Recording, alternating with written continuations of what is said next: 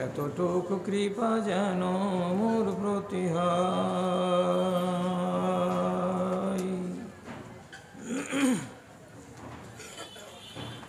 মাননীয় সভাপতি সাহেব, সমবেত এই এলাকার বিভিন্ন প্রান্ত থেকে, বিভিন্ন গ্রাম থেকে মাদ্রাসার দরদকে বুকে নিয়ে ও ইমানি জজবাকে সাথে নিয়ে উপস্থিত ধনী গরিব, শিক্ষিত অশিক্ষিত, ছোট এবং বড় সকল শ্রেণীর আমার প্রাণের ভাই ও বন্ধুগণ তথা মজলিসের এক পার্শ্বে মহিলা মহলে স্ক্রিনের সামনে বসে থাকা আমার স্নেহের মাতা ও ভগ্নীগণ, আল্লাহর শুকরিয়া আদায় করছি। দীর্ঘদিনের ব্যবধানকে ঘুচিয়ে পুনর্বার আপনাদের মুখোমুখি হয়ে দুটো কথা বলার আল্লাহ তাআলা সুযোগ দিয়েছেন। বুঝতেই পারছেন জীবনের পড়ন্ত বেলায় আবার সুযোগ মিলবে কিনা তা আল্লাহ ভালো জানেন। তো প্রথমে একটা কথা বলে দিই, কোনো একজন লোককে ভালো বক্তা হতে গেলে তার সামনে ভালো শ্রোতা থাকা চাই। আর যদি শ্রোতা ভালো না হয়, আলকাপের গান শোনা হয়, তাহলে ওই রকমেরই বক্তা নির্বাচন করতে হয়। আমি এগুলো জীবনে করিনি, আজও করব না। আমি কিছু কোরআন ও হাদিসের আলোচনা আপনাদের সামনে রাখছি। আমি কসম খেয়ে বলছি, একদম লাইন ধরে যতক্ষণ বলবো বেলাইন হয়ে কথা বলবো না, এক লাইনে চলবে কথাটা। আপনি আমার সঙ্গ দেন।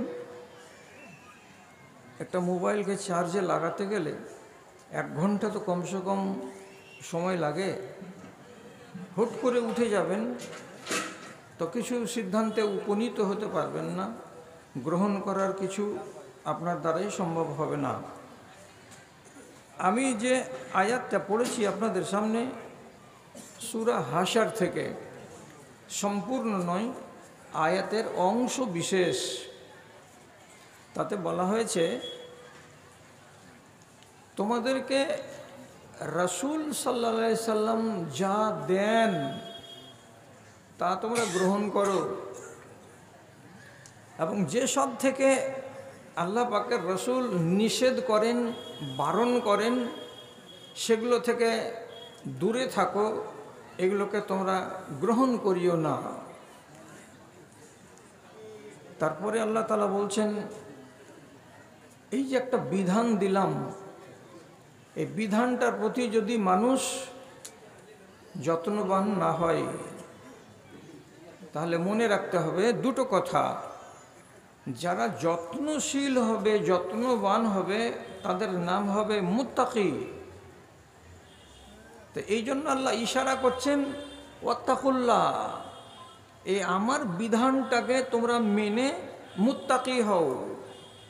আর যদি এটাকে না মানতে পারো তো শুনে রাখো, ইন্নাল্লাহা শাদীদুল ইকাব। ছোট করে আওয়াজ, এত ঘ্যান ঘ্যান আওয়াজ আমার লাগবে না, মিঠা আওয়াজ থাকবে। ইন্নাল্লাহা শাদীদুল ইকাব, আল্লাহ কঠিন শাস্তি দিতে পারেন। তাহলে এই বিধানটার প্রতি আমার যদি সমর্থন থাকে, তাহলে আমি তাকওয়ার পরিচয় দিলাম। এই বিধানের প্রতি যদি আমার মুহাব্বত এবং সমর্থন না থাকে, তাহলে আমি তাকওয়ার বিরোধিতা করলাম, এবং এর খেসারত আমাকে কি দিতে হবে? যে আল্লাহর আযাবের মুখোমুখি হতে হবে। এইবার রব্বুল আলামিন কেন নিজে বলছেন যে আমার রাসূল যা দেন তা তোমরা গ্রহণ করো? আল্লাহ কি দেননি? প্রথমে মনে রাখেন, আমাদের জীবন ধারণের জন্য যত বিধিবিধান আছে, সবগুলো বিধিবিধান দাতা হলেন দুইজন। একজন হলেন আল্লাহ রব্বুল আলামিন সরাসরি কোরআনের মারফতে, আর একগুলো বিধানদাতা হলেন আল্লাহ রাব্বুল আলামিনের নবী ওয়াহির মারফতে এবং নিজের ভাষায়। একটা হলো কোরআন আর একটা হলো হাদিস। যেমন আল্লাহ রাব্বুল আলামিন বিধান দিয়েছেন কোরআন মাজিদে, ওটা মানা অনিবার্য, তেমনি রাসূলুল্লাহ যেগুলো বিধান দিয়েছেন সেগুলোকে মানাও অনিবার্য। একটু ছোট করে বুঝাবার জন্য বলছি, মদ খেয়েও না, আল্লাহর বিধান। চুরি করিও না, আল্লাহর বিধান। ব্যভিচার করিও না, আল্লাহর বিধান। জাদু করিও না, আল্লাহর বিধান। শিরক করবে না, আল্লাহর বিধান। নেশা মদ পান করবে না, আল্লাহর বিধান। সবাই জানি। রাসূলুল্লাহ কি দিলেন তাহলে কোরআনের বাহির? যেমন একটু মাথাতে রাখেন, তাহলে অনেক কাজ দিবে। বাড়িতে পোষা গাধার গোশত খাওয়া যাবে না, চেনা গেল? এই বিধানটা কোরআন মাজিদে নেই। এলো কোথা থেকে? রাসূলুল্লাহর মুখ থেকে। তারপর আমি যেমন বলি, মা বোনদের সম্বন্ধে রাসূলুল্লাহ বলছেন, বেশি জিনাত দেখাবার জন্য এই কপালের চুলগুলোকে উপড়িয়ে নিজের মতো করে ডিজাইন করিও না। যেমন রাসূলুল্লাহ বলছেন, তোমার নিজের চুলের সঙ্গে বাজার থেকে পরচুলা কিনে এনে চুলের সঙ্গে চুলকে জোড় দিয়ে লম্বা চুল দেখাবার চেষ্টা করবে না। আর ছোট বেনি হতো তোমার নিজের চুলের, তুমি নকল চুল লাগিয়ে এত বড় বেনি মাথার পিছন দিকে বানিয়ে মানুষকে ধোঁকা দেওয়ার চেষ্টা করবে না। এগুলো নিষেধ। যেমন নবীজি আরও বলছেন, স্বামী স্ত্রী তাদের গোপন মুহূর্তের, সুখের মুহূর্তের সংবাদগুলো যেটা রাতের বেলায় বিছানায় নির্জনে নিরিবিলিতে স্বামী স্ত্রীর মধ্যে ঘটে, সেই কথাগুলো যেন বাইরের কোনো বান্ধবী জানতে না পারে, বাইরের কোনো বন্ধু জানতে না পারে। কে বলছেন? আল্লাহ পাকের নবী। এটা কোরআন মাজিদ থেকে আসা কানুন নয়। তেমনি আপনার দাড়ি লম্বা হবে, মোচ ছোট হবে, বগলের চুলকে উপড়ে ফেলতে হবে, নখগুলোকে কেটে দিতে হবে, যৌনাঙ্গের চুলকে পরিষ্কার করে সাফ করে কেটে দিতে হবে। পুরুষ ছেলে হতে গেলে তার খাতনা করে দিতে হবে, নাকে পানি দিয়ে নাক ঝাড়তে হবে, গলায় পানি দিয়ে গার্গিল করতে হবে। এগুলো রাসূলুল্লাহর হচ্ছে সুন্নাত, এগুলো রাসূলের দেয়া বিধান। আপনি যদি আল্লাহর বিধানকে মানেন আর রাসূলুল্লাহর বিধানকে না মানেন, তাহলে কিন্তু কল্যাণ নাই। আপনি বলবেন আল্লাহকে তো মানলাম, রাসূলুল্লাহকে যদি নাই বা মানি, তো তাহলে পরিণাম খারাপ হবে কেন? তো পরিণাম খারাপ কেন হবে? এক দল লোক আল্লাহর দয়াতে ভারতের মাটিতে দেখা যায় না, বাংলাদেশের মাটিতে মাথা চাড়া দিয়েছে। তারা বলে কোরআন আল্লাহর কিতাব, আল্লাহর কিতাব আমাদের জন্য যথেষ্ট, বাদবাকি কথাগুলো আমরা মানি না, আমরা জানি না, আমরা রাসূলুল্লাহকে শুধু মানি। এরা কল্যাণপ্রাপ্ত লোক নয়। আপনি যদি আল্লাহর কানুনকে মানার সাথে সাথে রাসূলুল্লাহর কানুনকে না মানেন, তাহলে স্পষ্ট কথা বলছি, এই লোকটা যত বড় দিনদারি দেখা, কোরআন মাজিদকে মেনে আর রাসূলুল্লাহকে ছেড়ে, লোকটা জাহান্নামী। একদম পরিষ্কার। রাসূল বলছেন, কুল্লু উম্মতি ইয়াদখুলুনাল জান্নাতা ইল্লা মান আবা। যত উম্মত আছে আমার, সবাই জান্নাতে যাবে, সবাই জান্নাতের মুখ দেখবে। যত উম্মত আছে আমার। উম্মত কারা কারা? গায়ের মুসলিম রাসূলুল্লাহর উম্মত, খ্রিস্টানেরা রাসূলুল্লাহর উম্মত, অগ্নি পূজকেরাও রাসূলুল্লাহর উম্মত, মুসলমানেরাও রাসূলুল্লাহর উম্মত, আদিবাসীরাও রাসূলুল্লাহর উম্মত। নবীজি বলছেন, আমার যত উম্মত আছে সবাই জান্নাতে যাবে, ইল্লা মান আবা, তবে এতগুলো উম্মতের ভেতরে যারা আমাকে অস্বীকার করবে তারা জান্নাতে যাবে না, তারা যাবে না। আমাদের দেশে মেজরিটি হচ্ছে নন মুসলিমদের, হিন্দু সম্প্রদায়ের। তারা কি আমাদের নবীকে মানে না? তাহলে রসুলের উম্মত হওয়ার পরেও রসুলকে স্বীকৃতি না দেওয়ার কারণে তারা কোথায় যাবে? জাহান্নামে। হিসাব শেষ।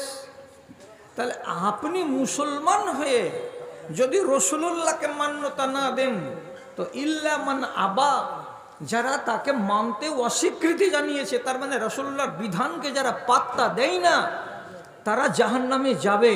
তা আপনি নাম রেখেছেন আবেদ আলী আর নাম রেখেছেন রমজান আলী, আর মাঝে মাঝে জুম্মার নামাজ পড়ে নেন, তার জন্য আপনাকে বলা যাবে যে আপনি জান্নাতি? রসুলুল্লাহর কানুনকে যদি আপনি না মানেন, আপনি জান্নাত লাভ করতে পারবেন না। তো জিজ্ঞেস করা হলো, কারা আপনাকে অস্বীকার করে আল্লাহ রসুল, যে তারা জাহান্নামী হবে? তো নবীজি বলছেন, মান আতাআনি দাখালাল জান্নাতা, যারা আমার কথাগুলোকে পাই পাই করে মেনে নেবে, অক্ষরে অক্ষরে মেনে নেবে, তারা জান্নাতে প্রবেশ করবে। ওমান আসানি ফাদ আবা, যারা আমার নাফরমানি করলো, আমার কথাকে মানল না, আমার নির্দেশকে নির্দেশ বলে গ্রাহ্য করলো না, তারা হলো নাফরমান, তারাই জাহান্নামী। তাহলে বুঝতে পারলাম যে রাসূলুল্লাহকে ছেড়ে দিয়ে কুল কিনারা নাই।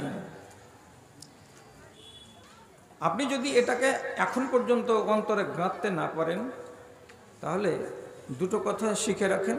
যতটি ভাই এখানে আছেন আর আড়ালে যতটি মা আছেন, আপনারা এইখানে 3 কোয়ালিটির মানুষ আছেন। 3 কোয়ালিটি, লম্বা করতে পারছি না আমি, আমাকে অনেকটি কথা বলতে হবে। এক কোয়ালিটিকে বলা হয় মুসলিহিন, এক কোয়ালিটিকে বলা হয় মুমিনিন, আর একগুলো কোয়ালিটিকে বলা হয় মুসলমান, মুসলিমিন। মুসলমান কারা? জবাব কি দিবেন? এর জবাব আমি দিচ্ছি, আল্লাহকে মানে যারা, এরা কি মুসলমান। মুসলমান কারা? আল্লাহকে মানে যারা। মুসলমান হয়ে মরতে গেলে, বড় বড় আলেম আছেন স্টেজে, সকালে জিজ্ঞেস করবেন, মুসলমান হয়ে যদি মরেন, কোনো গ্যারেন্টি নাই যে আপনি প্রথম চান্সে জান্নাতে যাবেন। গ্যারেন্টি নাই। কেন নাই? মুসলমান কাকে বলে? যারা আল্লাহকে মানে। এখানে কে এমন লোক আছে যে আল্লাহকে মানে না? সবাই তো আল্লাহকে মানে, এটা তো মুসলমান। তাহলে মুমিন কারা? মুমিন কারা তো সূক্ষ্ম তফাৎটাকে খেয়াল করবেন। মুমিন কারা? আল্লাহর কথা মানে যারা। মুসলমান কারা? আল্লাহকে মানে যারা।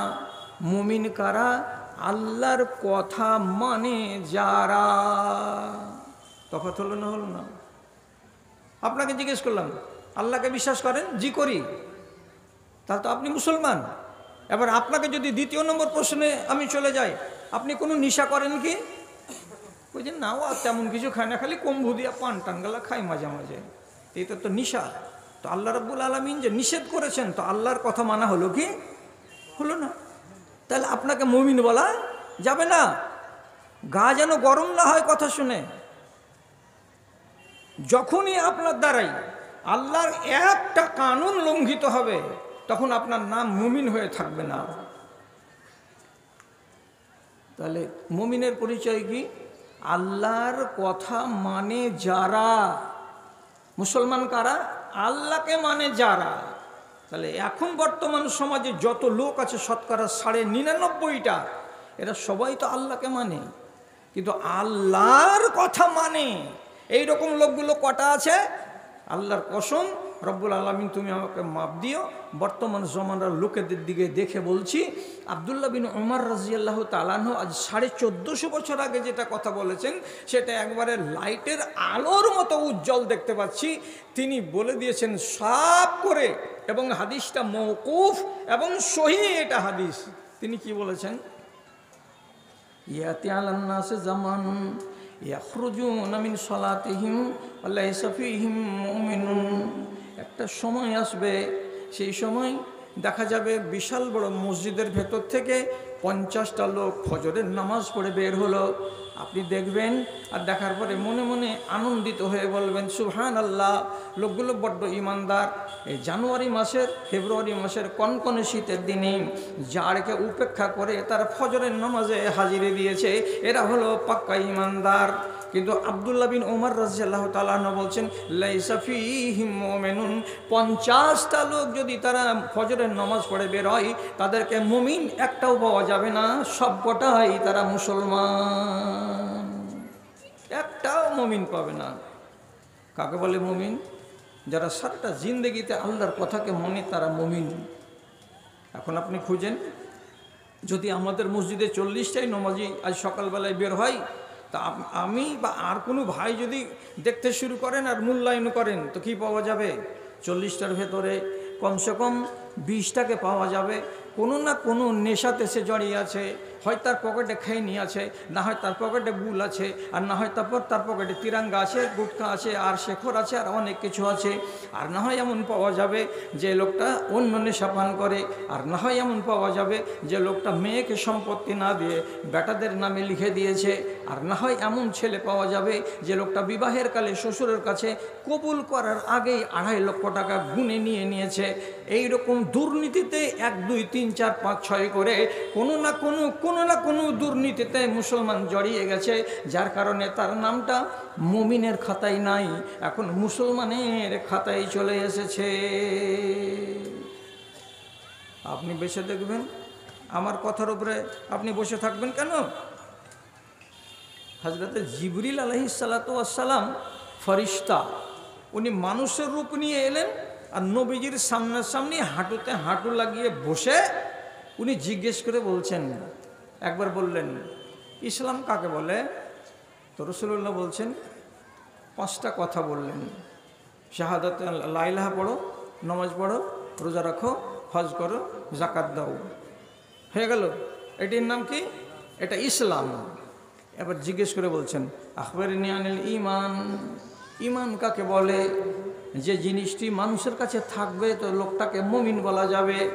তখন নবীজি উত্তর দিয়ে বলছেন আনতুমিনু বিল্লাহি, যারা আল্লাহকে বিশ্বাস করবে, ও মালাইকাতিহি, আল্লাহর ফেরেশতাকে বিশ্বাস করবে, ও কুতুবিহি, আসমান থেকে যত কিতাব নাজিল হয়েছে তাকে বিশ্বাস করবে, ও রসুলিহি, যতগুলো রসুল দুনিয়াতে এসেছে তাদেরকে বিশ্বাস করবে, যারা তকদিরকে বিশ্বাস করবে এবং যারা কিয়ামতকে বিশ্বাস করবে। এই 6টা জিনিসকে যারা মানে তারা মুমিন, আর 6টার ভেতরে একটাকে যদি না মানে তো সে মুমিন নয়। আপনি রসুলকে মানেন? যদি কেউ বলে যে আমি মানি না, সে মুমিন নয়। সোজা সাপটা কথা, নিজেকে মুমিন হিসেবে পরিচয় দিতে গেলে তার একটা বড় শর্ত হচ্ছে কি, যে আপনাকে রাসূলকে মান্যতা দিতে হবে এবং তিনি যা বলেছেন তা মানতে হবে, আর তিনি যা ছাড়তে বলেছেন তা আপনাকে ছেড়ে দেখাতে হবে, তাহলে আপনি হলেন পাকা ঈমানদার। ভাই আমার, রাসূলুল্লাহর ইতাআত জিনিসটা চারটিখানি কথা নয়। যদি আপনার ভেতরে কোনো ত্রুটি থাকে আর কোনো আলেম আপনাকে বুঝিয়ে দেয়, আর সেটা থেকে তৎক্ষণাৎ যদি ফিরে আসেন, তাহলে এইটাকে বলা হয় রাসূলুল্লাহর ইতাআত করা। জি, আমি উদাহরণ দিচ্ছি, ইতাআত কাকে বলে, কোন জিনিসটাকে বলে। একদিন হানজালিয়া বলে এক সাহাবী ইরাকের কোন এক মসজিদে বয়ান রাখছেন। অন্য আর একজন সাহাবী, তার নাম আবু দারদা, উনি বলছেন শেখ আমাদেরকে একটা কথা বলেন না, ইয়ানফাউকা ওয়া ইয়ানফাউনা, আপনারও লাভ হবে আর আমাদেরও কিছু লাভ হবে, তা আপনি একটা এমন হাদিস শোনান না। তখন এই হানজালিয়া সাহাবী উনি তখন হঠাৎ করে বলছেন, আচ্ছা যেটাতে তোমার কাজ দিবে আর আমারও কাজ দিবে, তাহলে একটা হাদিস তোমাদেরকে শোনাচ্ছি, শুনো। কি বলছেন উনি? বলছে আমি নিজের কানে নবীজির মুখ থেকে শুনেছি তিনি একদিন বলছিলেন, নি'মার রাজুলু খুরাইন লাউলা তুলু জুম্মাতিহি ওয়া ইসবালু ইজারিহি। কি হাদিসটার মানে? রসুল একদিন বলছেন, এই যে আমাদের এলাকায় একটা নওজোয়ান ছেলে আছে, তার নাম হলো খুরাইম। নওজোয়ান ছেলে, নওজোয়ান বলছে, এই নওজোয়ান ছেলেটা কত ভালো ছেলে, কত আদর্শবান ছেলে। যদি তার ভেতরে এই দুটা চলন না থাকতো তাহলে নিশ্চয়ই ছেলেটা আদর্শবান। দুটা মন্দ চলন তার আছে। কি কি মন্দ চলন? ঘাড় পর্যন্ত চুলকে যদি বাড়িয়ে রাখা হয়, সুন্নাতে চুলতে, এর নাম হলো জুম্মা। কিন্তু ঘাড়ে যেন লেগে না যায়, ঘাড়ের উপরে যেন চলে না আসে, ওটা করা যাবে না। ওটা করতে গেলে মেয়েদের সঙ্গে তার সাদৃশ্য হয়ে যাবে, ওটা হারাম। তাহলে ঘাড় থেকে সামান্য একটু উঁচুতে থাকবে এই লম্বা মাথার চুল, এটাকে বলা হয় জুম্মা। কিন্তু খুরাইম নামের সাহাবী, তিনি চুলগুলো যে রেখেছেন, তো বাড়তে এত বেশি হয়ে গেছে যে তার ডান কাঁধে চলে আসছে, তার বাম কাঁধে চলে আসছে। এই বুড়া অভ্যাসটার কারণে তাকে উত্তম জওয়ান বলা যায় না। এক। 2 নম্বর, ইসবালু ইজারিহি। ছেলেটা যখন লুঙ্গি পরে তখন তার লুঙ্গি গোড়ালির নিচে চলে যায়, যখন পাজামা পরে তখন তার পাজামাটা গোড়ালির নিচে চলে যায়। তাই গোড়ালির নিচে চলে যাওয়াটা ভালো লক্ষণ নয়। এই জন্য নবীজি বলছেন, আর দুটো স্বভাব যদি দূর হয়ে যায় তাহলে পরে ছেলেটা উত্তম ছেলে বলে বিবেচিত হবে। এর মতো উত্তম ছেলে আর কেউ নাই। যারা শুনলো তারা শুনলো, শোনার পরে সেদিনকার মতো হাদিস শোনা শেষ হলো। যারা শুনেছে তাদের মধ্যেকার একজন লোক কয়দিন পরে সামনাসামনি সাক্ষাৎ এই যুবক ছেলে খুরাইমের সাথে। আর যেমনি সামনাসামনি দেখা, ডেকে বলছে, শুনো শুনো শুনো শুনো শুনো, তোমার একটা কথা আছে। কি কথা? রাসূলুল্লাহ বলেছেন তোমার সম্বন্ধে, এই জন্য তোমাকে ডাকলাম। তো বলছে যে আমার নাম নিয়ে বলেছেন রাসূলুল্লাহ? বলছে, হ্যাঁ, তোমার নাম নিয়ে বলেছেন রাসূলুল্লাহ। মনে মনে খুশি, ওহ, আমার নাম নিয়েছেন রাসূলুল্লাহ, না? তাহলে ভালোবাসাটা কত আছে। তারপরেই শুনতে পাচ্ছে কি বিপজ্জনক কথা। কি তুমি? তোমার ঘাড়ে চুলগুলো এত বড়, যেটা সীমা লঙ্ঘন করেছে, এটা রাসূলুল্লাহর সুন্নাত নয়। তোমার চুলগুলো, তোমার লুঙ্গিগুলো গোড়ালির নিচে চলে যাচ্ছে, এটা রসুলের তরিকা নয়। তার জন্য আল্লাহ পাকের নবী গত কয়দিন আগে আমরা শুনেছি হাদিসটা, তোমার সম্বন্ধে বলেছেন যে এখন পর্যন্ত খুরাইম ছেলেটা আদর্শবান ছেলে নয়, যতক্ষণ পর্যন্ত তার এই মন্দ দুটো চাল, তার চরিত্র দূরীভূত না হয়ে যাবে, ততক্ষণ তাকে শরীফ ছেলে বলা যাবে না। যেমনি শুনতে পেল, রসুলুল্লাহর সাথে মুহাব্বত দেখাবার জন্য বাড়ি গেল। আর যাওয়ার পরে ফাখাজা মিশকাসান, কেঁচি হাতে করলো। আর কেঁচি হাতে করার পরে নাপিতের কাছে না গিয়ে নিজের ঘাড়ের চুলগুলোকে কচকচ খচখচ করে কেটে দিয়ে নিজের মাথার ঘাড় বরাবর করে নিল। 1। 2 নম্বর, নিজের পাজামাকে কেটে দিয়ে গোড়ালির উপর পর্যন্ত উঠিয়ে দিল। আর ওয়াদা করে নিল, আজ থেকে আমার লুঙ্গি জীবনে কোনোদিন গোড়ালির নিচে যাবে না। এই বলে যখন 2টা ভুলকে সংশোধন করে নিল, সাথে সাথে নিজেই নিজের সার্টিফিকেট দিয়ে বলছে, আমি কত ভালো ছেলে, আমি কত ভালো ছেলে। রাসূলুল্লাহ আমার ত্রুটি দেখতে পেয়েছেন, আমাকে সংশোধন করার জন্য ইন্ডিকেট করেছেন। আর আমি রসুলের কথাকে সাথে সাথে মুহাব্বতের সাথে মেনে নিলাম। যখনই মেনে নিয়েছি তখন আমি রসুলের গোলাম। এখন আপনার ভেতরে যদি কোনো দোষ থাকে, আর কোনো আলেম যদি সারিয়ে দিতে চাই, আর আপনি যদি সঙ্গে সঙ্গে সেটাকে গ্রহণ না করতে পারেন বা সময় চেয়ে নেন, তাহলে আপনি কি ফরমাবরদার হতে পারলেন রাসূলুল্লাহর? পারলেন না। এখন কোনো একটা মানুষকে যদি জিজ্ঞেস করি, ভাই আপনি বিড়ি খাওয়া কয়দিনে শিখেছেন? 1 দিনে কি? না, 15-20 দিনই, 1 মাস লেগেছে। তো বিড়ি খাওয়া শিখতে যদি ধীরে ধীরে শেখা যায়, তো তো ওই কাজটাকে যদি ধীরে ধীরে ধীরে ধীরে ছাড়ি তো ছাড়া যাবে কি না? আপনি আমাকে জবাব দেবেন সকালবেলায়। কে বলছে ছাড়া যাবে না? কোন লোকটা বলছে ছাড়া যাবে না? যদি ভালো মানুষের মতন মানসিকতা থাকে তাহলে কথাগুলোকে বুঝুন, আর বুঝার সাথে মানার মানসিকতা দেখান না। জি, রাসূলুল্লাহর যুগে প্রথম দিকে বাড়িতে বাড়িতে বাথরুম ছিল না।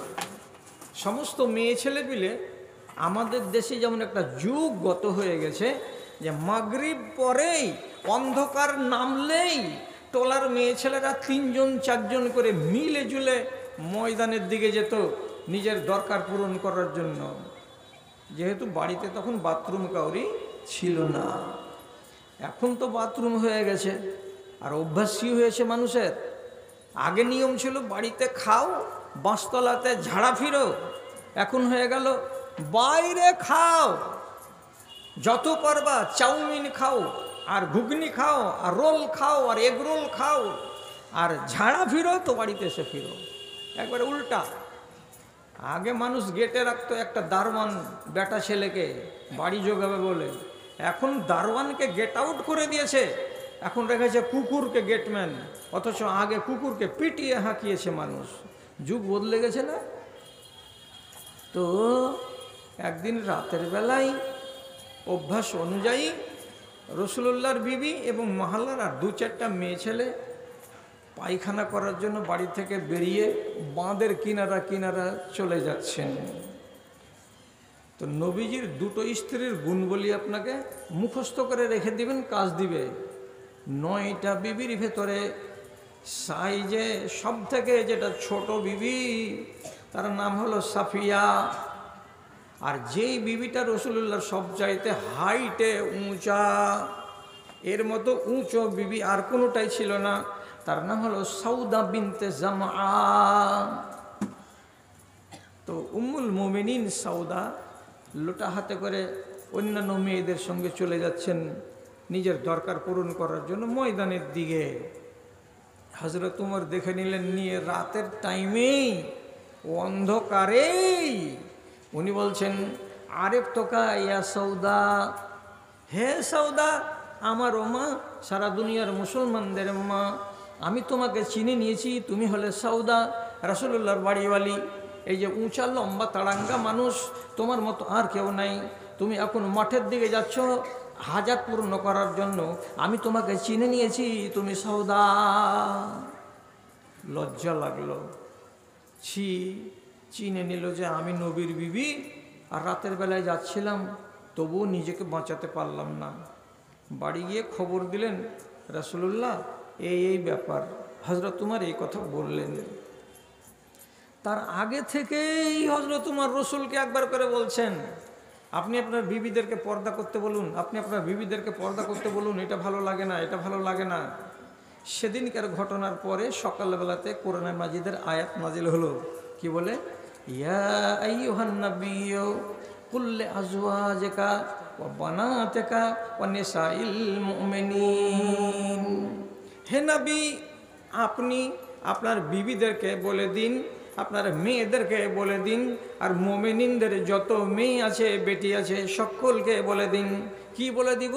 ইউদনিনা মিন জালাবিবিহিন্না আলা জুয়ুবিহিন্না, তারা যেন এত একটা লম্বা কাপড় ব্যবহার করে যাতে কাপড়টা তাদের বুকের সামনে ঝুলে থাকে আর তাদের মুখটা ঢাকা থাকে, তাদেরকে যেন চেনা না যায়, চিনতে যেন না পারা যায়, এই রকম করে তাদেরকে কাপড় ঝুলাতে হবে মাথা থেকে নিয়ে সিনা পর্যন্ত।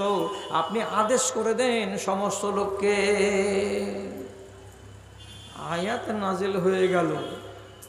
সকালবেলায় যখন আয়াত নাজিল হলো, মসজিদে নববীতে বহু মেয়ে ছিলেন সেই দিন, বহু স্ত্রী লোক মজুদ ছিলেন সেই দিন। মা আয়েশা এবার কি বলছেন, উনি কি বলছেন কথাটাকে শুনে, নি'মা নিসাউল মুহাজিরিন, মুহাজিরিনদের বেটিগুলো কত ভালো রে, মুহাজিরিনদের মেয়েগুলো কত ভালো মানুষের বাচ্চি রে।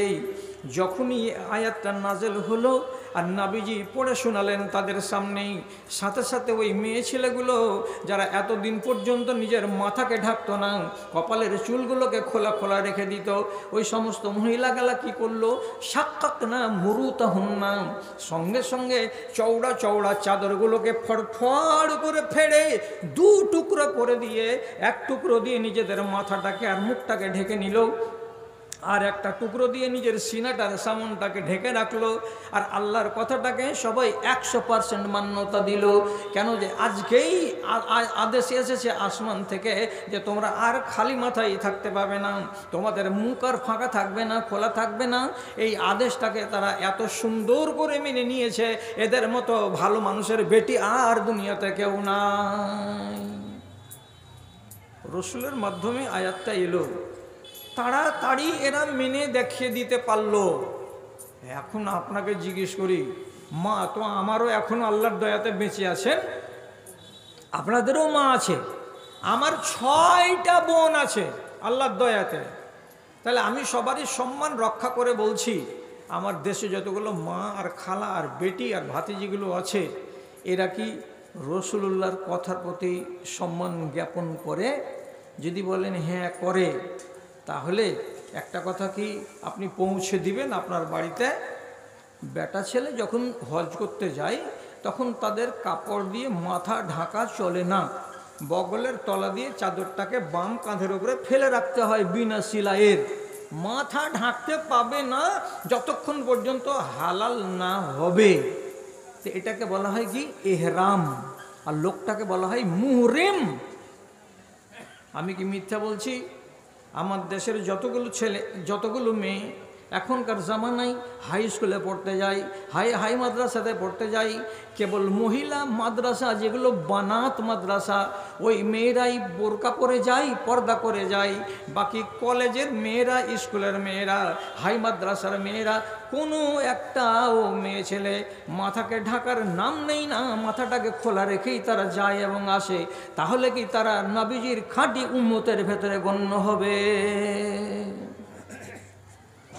ইমান কোন জায়গাতে গিয়ে ঠেকেছে এই যুগের মা খালাদের? একটা মুসলমান ধনী লোকের বাড়িতে যদি বিয়ে লাগে, আপনি গলিতে চেয়ার করে 1 ঘন্টা বসবেন, তারপরে দেখবেন কতটি ইমানদার মেয়ে ছেলে আছে, খাতা কলম নিয়ে লিখবেন, তো দেখা যাবে কি যে গোটা 3 ঘন্টার ভেতরে একটাও পাবেন না। কি 80 বছরের বাসি, আর কি 60 বছরের আদর্শী, আর কি 30 বছরের মেয়ে, আর কি 14 বছরের যুবতী মেয়ে ছেলে, মাথায় কাপড় দেওয়ার নাম কেউ নেই না। তাহলে এরা কোন দেশের মেয়ে? কাকে এরা ভালোবাসে? জি, একটা হযরতে আয়েশার ভাইয়ের নাম আব্দুর রহমান, তার একটা বেটি ছিল, তার নাম হলো সাফিয়া। ভাতিজি বেড়াতে এসেছে ফুফুর বাড়ি, তো ফুফুর বাড়ি ভাতিজি বেড়াতে এসেছে, তো আদর করে ভাতিজিকে মা আয়েশার সামনে না বসিয়া ওর মাথার উপরে ছিল যে ওড়নিটা, জোর করে খিঁচে দিয়েছে, আর দেওয়ার পরে মাথা থেকে ওড়নিটাকে সম্পূর্ণ নামিয়ে দিয়েছে।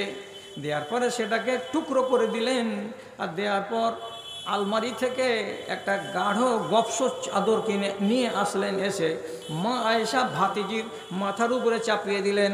আর দেওয়ার পরে বলছেন, ও ভাতিজি কা মিসলিকে লা তাখরুজু বিহাযা সাওবে, ও ভাতিজি তোমার মতো বেটি ছেলে সাবালিকা 14 বছর বয়সের, এত প্যানপেনে এত পাতলা ওড়না মাথায় দিয়ে বের হওয়া শোভনীয় নয়।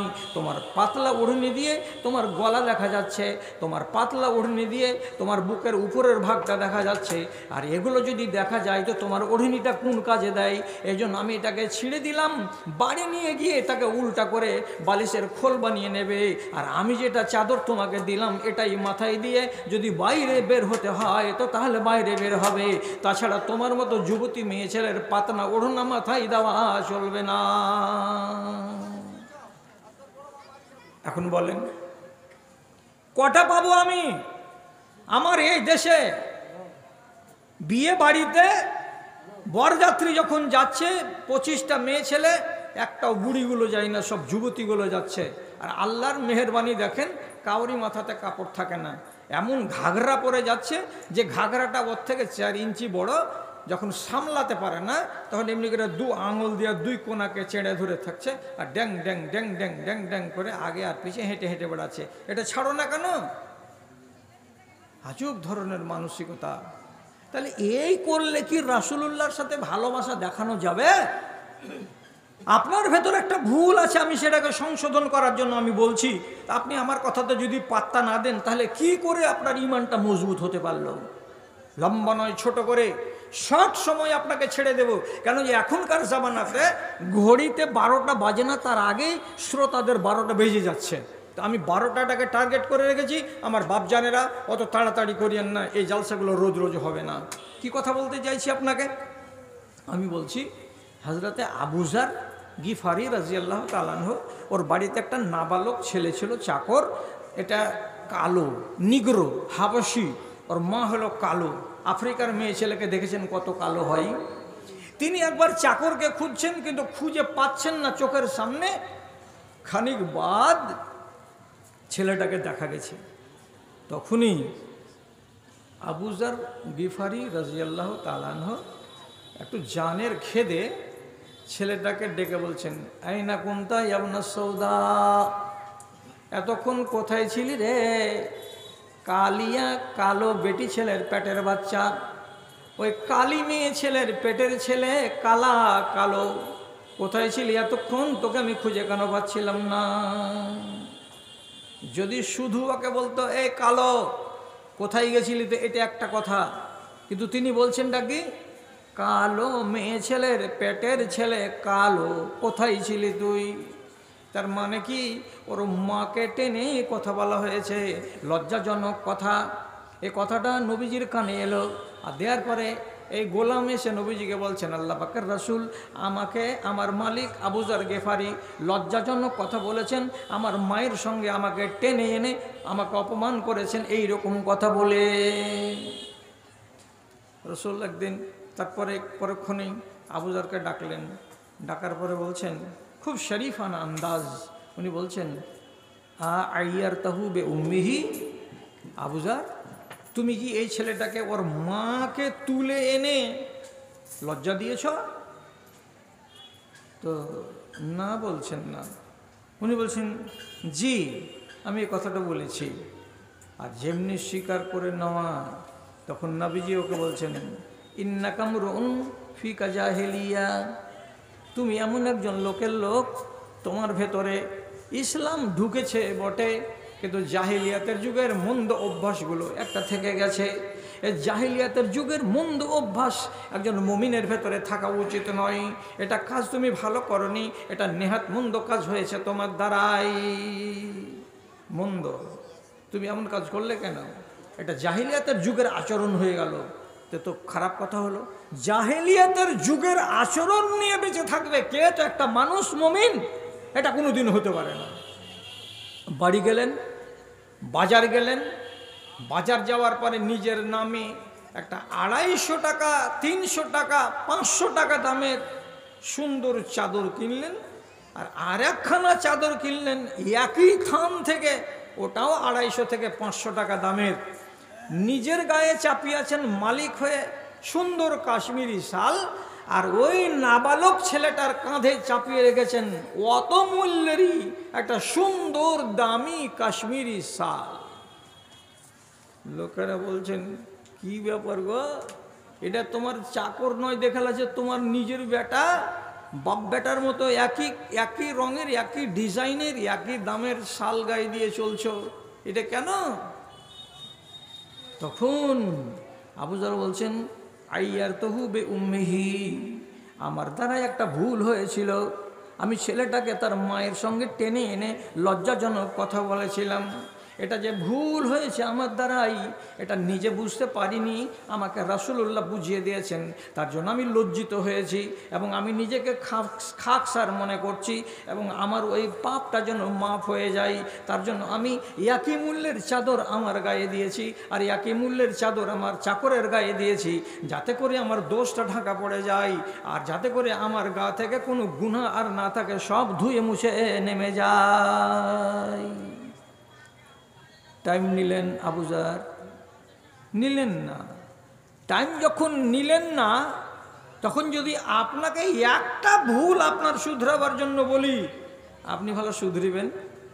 বলছি চেষ্টা করব। কি ভুল? কি ভুল? মুগীরা বিন শুবা সাহাবী বিয়ে করবেন, তার জন্য একটা আনসারীর বাড়ি গিয়ে বললেন যে আপনার মেয়েকে বিয়ে করব। তো আনসারী বলল, রাজি আছি তোমার সঙ্গে মেয়ের বিয়ে দিতে, বুধবারের দিন আসিও, বিয়ে হয়ে যাবে। মদিনা মসজিদে এসে রাসূলুল্লাহকে খবর দিয়ে বলছেন, আল্লাহর নবী, আমার কথা পাকা। কি হয়েছে? বিয়ে করব। কোথায়? উত্তর পাড়াতে, ওই উমুক আনসারীর মেয়েকে।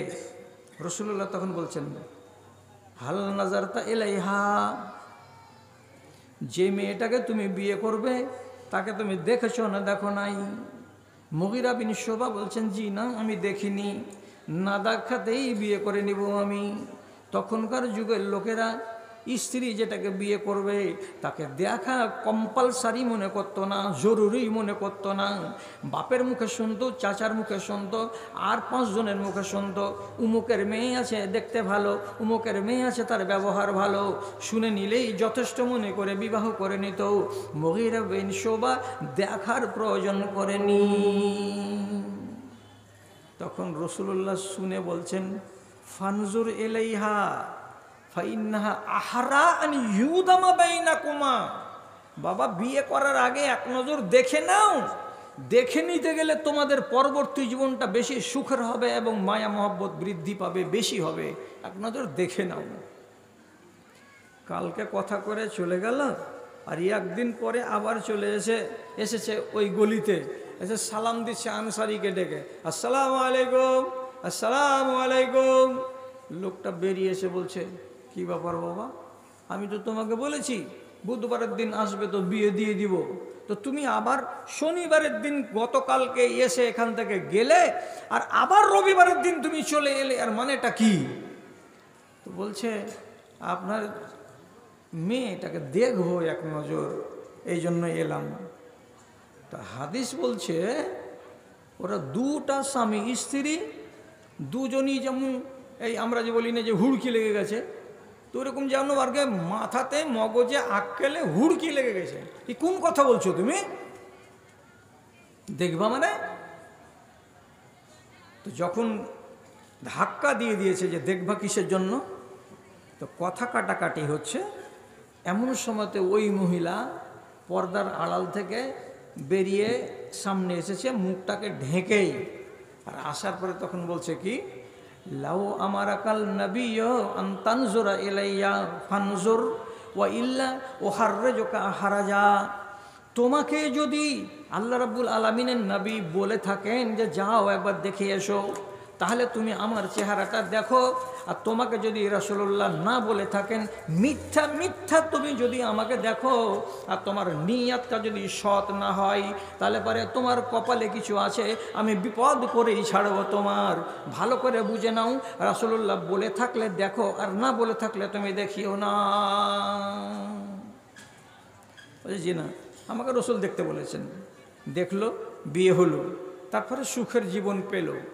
আমি শুধু এই কথাটা বলতে আপনাকে বুঝাবার জন্য এই হাদিসটা তুলে আনলাম। কি তুলে আনলাম? যে মুগীরা বিন শুবা বিবাহ যে করতে গেলেন, আপনাকে জবাব দিতেই হবে এখানে বসে বসে। রাসূলুল্লাহর কথা শুনে উনি যে নিজের হব স্ত্রীকে দেখতে গেলেন, কয়জন লোককে নিয়ে গেলেন? কথা বলেন, কয়জন লোককে নিয়ে গেলেন? কাউকে নিয়ে গেছিলেন কি? না, কাউকে নিয়ে যাননি, উনি একাই গেছেন। যে বিয়ে করবে সে নিজে যাবে একাই, আর যাওয়ার পরে সে বিয়েটা নিজের বউটাকে পছন্দ করে আসবে অথবা অপছন্দ করে আসবে। এটা হলো ইসলামের নীতি। এখন আপনার অভ্যাস কি আছে? বিয়ের যদি শুধু কথা হয়, তো এখান থেকে আপনি যাবেন 12টা লোক প্রথম দিন খাড়গ্রাম, এই জন্য যেছে যে বউ দেখতে যাচ্ছি। এই 7 বাপ বেটা মিলে একটা মেয়েকে দেখতে যাওয়ার মানেটা কি? কেউ হাতি দেখার মতন করে একজন ট্যাং দেখবে, একজন পা দেখবে, আর একজন চুল দেখবে, আর একজন হাত দেখবে, একজন পিঠ দেখবে। এক একটা লোক কি এক একটা অঙ্গকে ওই মহিলার দেখতে যাবে? কেন যাবে 8টা লোক আর 9টা লোক? আপনি এই কথাগুলোকে শোনার পরে আগামীকাল থেকে নিজেকে শুধরাতে পারবেন যে বেটা তুমি একাই যাও, দেখে এসো, আমরা যাব না। আপনি রাগ করিয়েন না, এই আলেমগুলোকে সাক্ষী করে আমি বলছি, আল্লাহ না করে এমন ঘটনা ঘটে, বাপকে পর্যন্ত নিয়ে যেতে পাওয়া যাবে না। আপনি বললেন ধীর এইলা তোমরা ওয়াজ করছো নাকি, বাপ গেল তো কী হলো? আচ্ছা গেল তো কী হলো, বাপ কটা বিবাহ করতে পাবে? 4টা। এখন কটা আছে? এই একটা। বউ দেখতে গেল বাপ বেটা, আর দেখার পরে বউটাকে দেখে বাপের মন ভিজে গেল, খুব ভালো লাগলো দেখতে। এখন বাড়ি এসে যদি বলে বহু কেমন রে, তো বাপ সরাসরি উত্তর দিয়ে বলছে এনামুল তুই এটাকে বাদ দিয়ে দে বেটা, তুই এটা বিয়ে করিস না। কী হবে তাহলে? বলছে এটাকে আমি বিয়ে করব। বাপ যদি পছন্দ করে বিয়ে করতে যায় তোর কি ওকে বিয়ে করা মানা আছে? মানা নাই। তাহলে এই চয়েসটা যদি বাপের হয়ে যায়, অথবা অন্য আর একটা বন্ধুকে তুমি নিয়ে গেছিলে, ওই বন্ধুর যদি চয়েস হয়ে যায়, তো তোমাকে মাঝখানে মাইনাস করে দিতে কতটা টাইম লাগবে? বেশি টাইম লাগবে না। আমি গাইন না বলছি না, রতুয়া যাওয়ার রাস্তাতে ভালুকা বাজার থেকে যাবেন তো দুর্গাপুর বলে একটা স্ট্যান্ড পড়বে, আর দুর্গাপুর স্ট্যান্ড থেকে পূর্ব দিকে যেতে গেলে একটা গ্রাম পড়বে, গ্রামের নাম লুকিয়ে রাখলাম। গেছিল 3 বন্ধুকে নিয়ে পালসার গাড়ি, পাছা দিক চাড়া, বউ দেখতে। বউটু দেখেছে, দেখে টেকে পছন্দ হয়ে গেছে।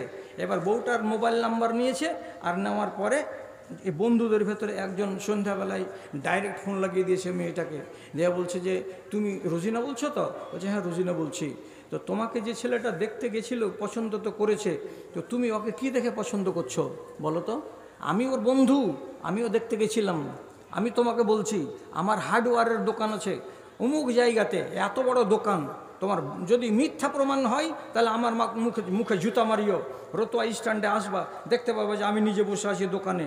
আমি এত কোটি টাকার লাখ টাকার মালিক, আমার বাড়ি হলো 2 তলা, আমি এরকম তোমাকে সুখ দিতে পারবো? তুমি আমাকে হ্যাঁ বলো আর ওই ছেলেটাকে না বলো।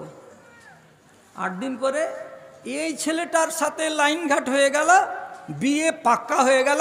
আর যে দেখতে নিয়ে গেছিল বন্ধুকে যে আমার বউকে দেখে দে চল, এই চুলকাতে থেকে গেল। কত বড় বেকুফি হলো এটা। এই জন্য রসুল্লাহ আগেই বলছেন এগুলা করিও না, সুন্নাত যেটা সেটার উপরে কায়েম থাকো। কি করলেন সুন্নাতের নামে? সুন্নাতের ভালোবাসাটা কোথায়? রসুল্লাহ বলছেন বেশি বেশি করে সালাম দাও, জান্নাতে যাও। রসুল্লাহ বলছেন গরিবকে খেতে দাও, অনাহারে থাকা মানুষকে রুজি রুটির ব্যবস্থা দাও, জান্নাতে যাও।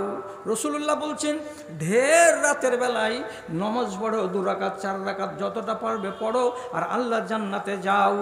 এই 3টা কাজ করতে গেলে জান্নাত পাওয়া যায়। এই সালাম বেশি করো, সালাম বেশি করো, সালাম বেশি করো। আপনার জন্য নিয়ম করা আছে কি, আপনার বাড়িতে যদি আমি মুলাকাত করতে যাই তাহলে গেটের সামনে দাঁড়িয়ে আমাকে বলতে হবে আসসালামু আলাইকুম, আসসালামু আলাইকুম, জোর করে বলবে আসসালামু আলাইকুম। ভিতরে যদি লোক থাকে জবাব দিয়ে বলবে বাইরে লোক ডাকছে, তাড়াতাড়ি বেরিয়ে আসবে, আপনি কথা বলবেন। এটা হলো সুন্নাত, এটা কোরআনের নির্দেশ। আপনি সালামটাকে উঠিয়ে দিয়েছেন, যদি এই গ্রামে এমন থাকে আপনি ওকে সংশোধন করে দিবেন। কি সালামের বদলে যারা গুজরাতে খাটে আর দিল্লিতে খাটে আর পয়সা যাদের বেশি হয়ে গেছে এমন লোকেদের বাড়িতে দেখা যাবে গেটের কাছে কলিং বেল রাখা আছে, আপনি সালাম দিতে পাবেন না, এটা ছোট লোকের কাজ। কলিং বেলটাকে যখন এখানে টিপে দিবেন সাথে সাথে ঘরের ভেতরে টুনটুন টুনটুন করে গান বেজে উঠবে। কি আজব ধরনের গান, বাঁশরিয়া আব यही पुकारे आ बलमा नदिया के किनारे, नदिया के किनारे। যখন ভিতরে গান বাজলো ভিতরের লোক তখন বলছে কে ডাকছে রে? তো তোমাকে গান শোনাবার জন্য আল্লাহ রাব্বুল আলামিনের নবী পাঠিয়েছেন দুনিয়াতে, যে দুনিয়ার লোককে গান শোনাও, সালামটাকে হজম করে দাও। সালামটা রসাতলে গেল কেন? কে আপনাকে এই সিস্টেমটা করতে বলল? রাগ করতে হবে না আপনাকে, আপনি ওয়াজ শুনবার জন্য এসেছেন, আপনি আলকাপ দেখতে আসেননি। দাদা আমার ভুল বলছি কি? এখনকার ধনী লোকের বাড়ি দেখেন, জানালাতে পর্দা, দামি দামি পর্দা, দরজার সামনে পর্দা 1000 টাকা দামের পর্দা, মেন গেটের সামনে পর্দা 2000 টাকা দামের পর্দা, এবং তার সোফার উপরে পর্দা, দামি দামি টাকা পয়সা দিয়ে পর্দা, ফ্রিজের উপরে পর্দা, এবং তার ওখানে যদি শোকেস থাকে তো শোকেসের উপরে পর্দা, যত আসবাবপত্র আছে সবাকে পর্দা পর্দা পর্দা পর্দা দিয়ে সবকে সাজিয়ে রেখেছে। ওই বাড়ি আমি গেলাম, আরও 2 জন লোক গেল, কেন তো মেহমান হয়ে গেলাম। যখন আমরা আঙনাতে বসলাম তখন বাড়ির মালিক নিজের স্ত্রীকে ডেকে বলছে, আদরের মা এদিকে আই, চাটা বাড়িয়ে দে। স্ত্রী আদরের মা এলো কেটলি হাতে করে। আল্লাহর কসম, আদরের মার মুখটা খোলা, আদরের মার মাথাটাতে কাপড় নাই, আদরের মায়ের বুকের উপরে কোনো ওড়না চাপানো নাই। আফসোস হবে কি হবে না আপনি নিজে বলুন তো। যার উপরে পর্দাকে আল্লাহ রাব্বুল আলামিন ফরজ করেছেন সে পর্দার গর্দাকে উড়িয়ে দিয়ে ডাইরেক্ট হয়ে দাঁড়িয়ে আছে। আর যেগুলোর উপরে কাপড় চাপাবার নীতি নাই, যেগুলোতে কাপড় চাপাবার হুকুম নাই, সেগুলোর উপরে কাপড় চাপিয়ে আপনি রেখেছেন। আল্লাহ পাকের নবী বলছেন, ইনলাম উমার নাকসুল হিজারাত ওয়াত তিন। আমাকে রাসূলুল্লাহ বলছেন, আমাকে আল্লাহ রাব্বুল আলামিনের পক্ষ থেকে এটা নিষেধ করা হয়েছে যেন কোনো মাটিকে কাপড় না পরাই, যেন কোনো পাথরকে কাপড় না পরাই, যেন কোনো লোহাকে আমি কাপড় পরাতে না যাই। লোহার জন্য কাপড় নয়, পাথরের জন্য কাপড় নয়, মাটির জন্য কাপড় নয়। যার জন্য পর্দা সে হলো উলঙ্গ, আর যাদের জন্য পর্দা নয় তারা দেখুন সেজা কুজা বসে আছে। আল্লাহ হেফাজত করে তুমি আমাদের। এগুলো কি সুন্নাতের ভালোবাসা? যদি আল্লাহ তাআলা আপনাদের উপরে রহম করে, তো একটা কথা শুধু বলে দিচ্ছি আপনাকে, যে 2টো রিওয়ায়েত আছে, একটা দুর্বল আর যেটা আমি বলছি এটা সহি। একটা সাহাবী, তার নাম হলো মাকাল বিন ইয়াসার, ধনী মানুষ, বেড়াতে গেছেন নিজের জমি জমাকে দেখতে দূর এলাকায়। তো ওই এলাকাতে কিছু চাষি লোক যারা ঘর গৃহস্থালি করে ওনার জমির পাশে পাশে, তো তারাও জমা হয়েছে যে এই দেখেন আমাদের প্রতিবেশী ধনী লোকটা মাকাল বিন ইয়াসার আমাদের এলাকাতে এসেছেন ফসল দেখতে, জমি দেখতে এবং নিজের হিসাব কিতাব মিলাতে। দুপুরের টাইম, খানা খাওয়ার টাইম হয়েছে, খানা নিয়ে বসেছেন। খানা খেতে খেতে একটা রুটির টুকরা এমনি করে সুরবাতে ডুবিয়েছেন, আর ডুবাবার পরে মুখে তুলে ধরবেন এমন সময় হাত থেকে লোকমাটা খসে জমিনে পড়ে গেল। জমিনে যেমনি পড়ে যাওয়া, মাকাল বিন ইয়াসার সাথে সাথে জমিনে পড়ে যাওয়া লোকমাটাকে তুলে নিলেন। আর তুলে নেওয়ার পরে ওর গায়ে যেগুলো ধুলো লেগেছিল, বালি লেগেছিল, সেগুলোকে একটু একটু একটু একটু করে পরিষ্কার করে দিলেন। আর পরিষ্কার করে দেওয়ার পরে ওই লোকমাটাকে আবার মুখে পুরে দিলেন, আর মুখে পুরে দিয়ে খাওয়া শেষ করে দিলেন। এটাকে আর ফেলে তিনি দিলেন না। যখন পড়ে যাওয়া লোকমাকে উনি তুলে খেয়ে নিলেন, ফায়াতাগামাজুন আদ-দাহাকিন, ডানে বামে যতগুলো কৃষক ছিল, চাষারা ছিল, তারা তখন একজন আরেকজনকে চিমটি কেটে কেটে বলছে, কি ব্যাপার হ্যাঁ, এত ধনী লোক, এত পয়সাওয়ালা লোক, একটা লোকমা পড়ে গেল, আর বাসনে অনেক খাবার আছে, এই খাবারগুলো খেলে তো যথেষ্ট, তো ওই পড়ে যাওয়া লোকমাটাকেও একবারে উঠিয়ে নিল, এটা কেমন স্বভাব লাগছে দেখে। তো একজন আরেকজনকে এমনি করে চিমটি কাটছে, একজন আরেকজনকে ইশারা করে টিটকারি মারছে, যে পড়ে যাওয়া লোকমা কি আর কেউ খায়? তো কথাটা একজন খবর দিয়ে দিল কাকে? মাকাল বিন ইয়াসারকে কানে কানে, যে জনাব আপনার এই আচরণটা দেখে এই কৃষকগুলো, চাষিগুলো টোন কাটাকাটি করছে, এরা ঠাট্টা করছে, এটাকে বড় লোক কে বলে? হাত থেকে পড়ে যাওয়া লোকমাকে তুলে খেয়ে নিল, এটা তো ঠিক করলো না। মাকাল বিন ইয়াসার সমস্ত লোকটিকে শুনিয়ে দিয়ে বলছেন, আতরাকা সুন্নাত হাবিবি লিহাউলা ইদ্দাহাকিন, আমি এই সমস্ত চাষাগুলোর কথা শুনে আমি আমার হাবিব, আমি আমার মাহবুব, আমার প্রিয় নবী জানাবে মুহাম্মাদুর রাসূলুল্লাহ সাল্লাল্লাহু আলাইহি সাল্লামের সুন্নাতকে কি ছেড়ে দেব নাকি? আমার কাছে আমার নবীর সুন্নাত হলো অধিক প্রিয়। আর এই দেহাকান মানে এই কৃষকগুলো যদি আমার উপরে নারাজ হয়ে যায় সবাই, আমার কিচ্ছু যায় আসে না, এই আমলটা করাতে যদি আমার নবীকে আমি খুশি করতে পারি তাহলে এটাই আমার সবচাইতে বড় পাওনা। এবং নবীজি এটাই বলেছেন যে তোমাদের হাত থেকে যদি লোকমা খসে পড়ে যায় তাহলে সেটাকে তোমরা পারো তো পরিষ্কার করো, আর করার পরে তোমরা সেটাকে খেয়ে নাও। কেন? যে তোমরা জানো না ফাইন্নাফি আইয়ে তামে বারকা, কোনটা লোকমাতে কোনটা খানাতে বরকত ভরা আছে তোমার জানা নাই, আমার জানা নাই। অতএব রাসূলুল্লাহ বলেছেন সাফ করো আর করার পরে খেয়ে নাও। তোরা নারাজ হলি তোমার কি? আপনি এমন সিদ্ধান্ত নিতে পারবেন আপনার টোলাতে যেন কোনো পাপ না হয়, আর কোনো লোককে দেখে আপনি সাবধান করবেন যে তোমার দ্বারা এটা ভুল হচ্ছে, এই পাপ যেন তোমার দ্বারাই না হয় তার জন্য আমি তোমাকে সংশোধন করছি। হায় আল্লাহ, পাপ আমাকে গ্রাস করিবে, পাপ আমাকে গ্রাস করিবে, আমি হব নরকবাসী। তবে কেন সুপথ ছেড়ে কুপথ ভালোবাসি, আমি কুপথ ভালোবাসি। বাহিরখানা মানুষ আমার, বাহিরখানা মানুষ আমার, ভিতর মানুষ নয়। আমার মতো পাপী যেন কেহ নাহি হয়, জানি না জীবনে আমার জয় হলো না ক্ষয়। সুন্নাতকে ভালোবাসেন দাদা, আমি আপনাকে কতদূর কি বলবো। আপনারা মুহাব্বতের সাথে বসে আছেন তো বড্ড ভালো লাগছে। 10 জন লোক রাসূলুল্লাহ পাঠিয়েছিলেন সাহাবী জাসুসি করার জন্য মক্কার দিকে। একটা জায়গার নাম হলো ওসফান। ওসফানের কাছে যখন ওনারা পৌঁছিলেন তখন চারিদিক থেকে 200 জন তীরান্দাজ যাদের হাতে ধনুক আছে তাদেরকে ঘিরে নিল। আর নেওয়ার পরে বলছে সারেন্ডার হও আর না হলে তীর চলবে। সাহাবীরা সারেন্ডার হলেন না, তীর চালিয়ে চালিয়ে 7 জনকে মার্ডার করে দিল। 3 জন বাকি থাকলো। 3 জনকে এরা বলল তোমাদেরকে মারবো না, কথা দিচ্ছি, পাহাড় থেকে নিচে নেমে এসো। এরা তখন আল্লাহর উপরে ভরসা করে নিচে নেমে এলো। 3 জন যখন নিচে নেমে এলো তখন এরা নিজেদের ধনুকের সুতাকে খুলে উল্টা করে হাতগুলোকে বেঁধে দিল। আর দেওয়ার পরে বাড়ির দিকে নিয়ে যাচ্ছে, তো নিয়ে যেতে গিয়ে একটা লোক তার ভিতরে বলে বসলো হাজা আউয়ালু গাদারিন গোদেরা ফিল ইসলাম। এই লোকগুলো চরম বিশ্বাসঘাতকতা করলো আমাদের সাথে যে আমাদেরকে তারা বাঁধবে না, অথচ তারা আমাদেরকে বেঁধে দিল। এই রাগে ওকে মেরে দিল। বাঁচলো কটা? 2টা।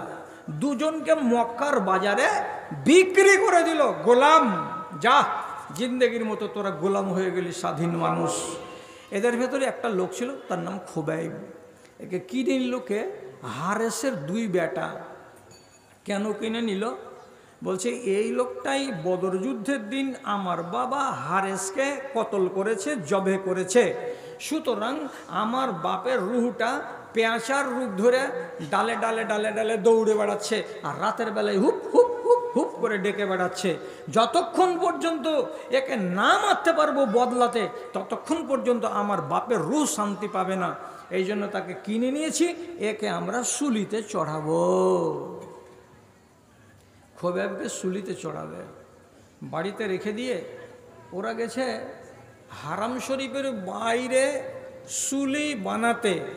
শুলি বানাতে গেলে এদিকে একটা পিলার লাগবে, এদিকে একটা পিলার লাগবে, মাঝখানে কোনো সুতা টুতা বাঁধতে হবে, লোকটাকে ওতে উঠাতে হবে, এগুলো তো বাঁধাবাঁধি করা দরকার। তো এরা চলে গেছে শুলি কাষ্ঠ বানাবার জন্য হারাম শরীফের বাইরে। আর এই বাড়িতে একটা মেয়ে ছেলে ছিল, হারেসদের বিবি হোক অথবা বোন হোক। ওকে তখন খোবাইব বলছে দিদি একটা নাই, বেলেট নাই, একটা খুর পাওয়া যাবে না বাড়িতে, খুর দিবে না?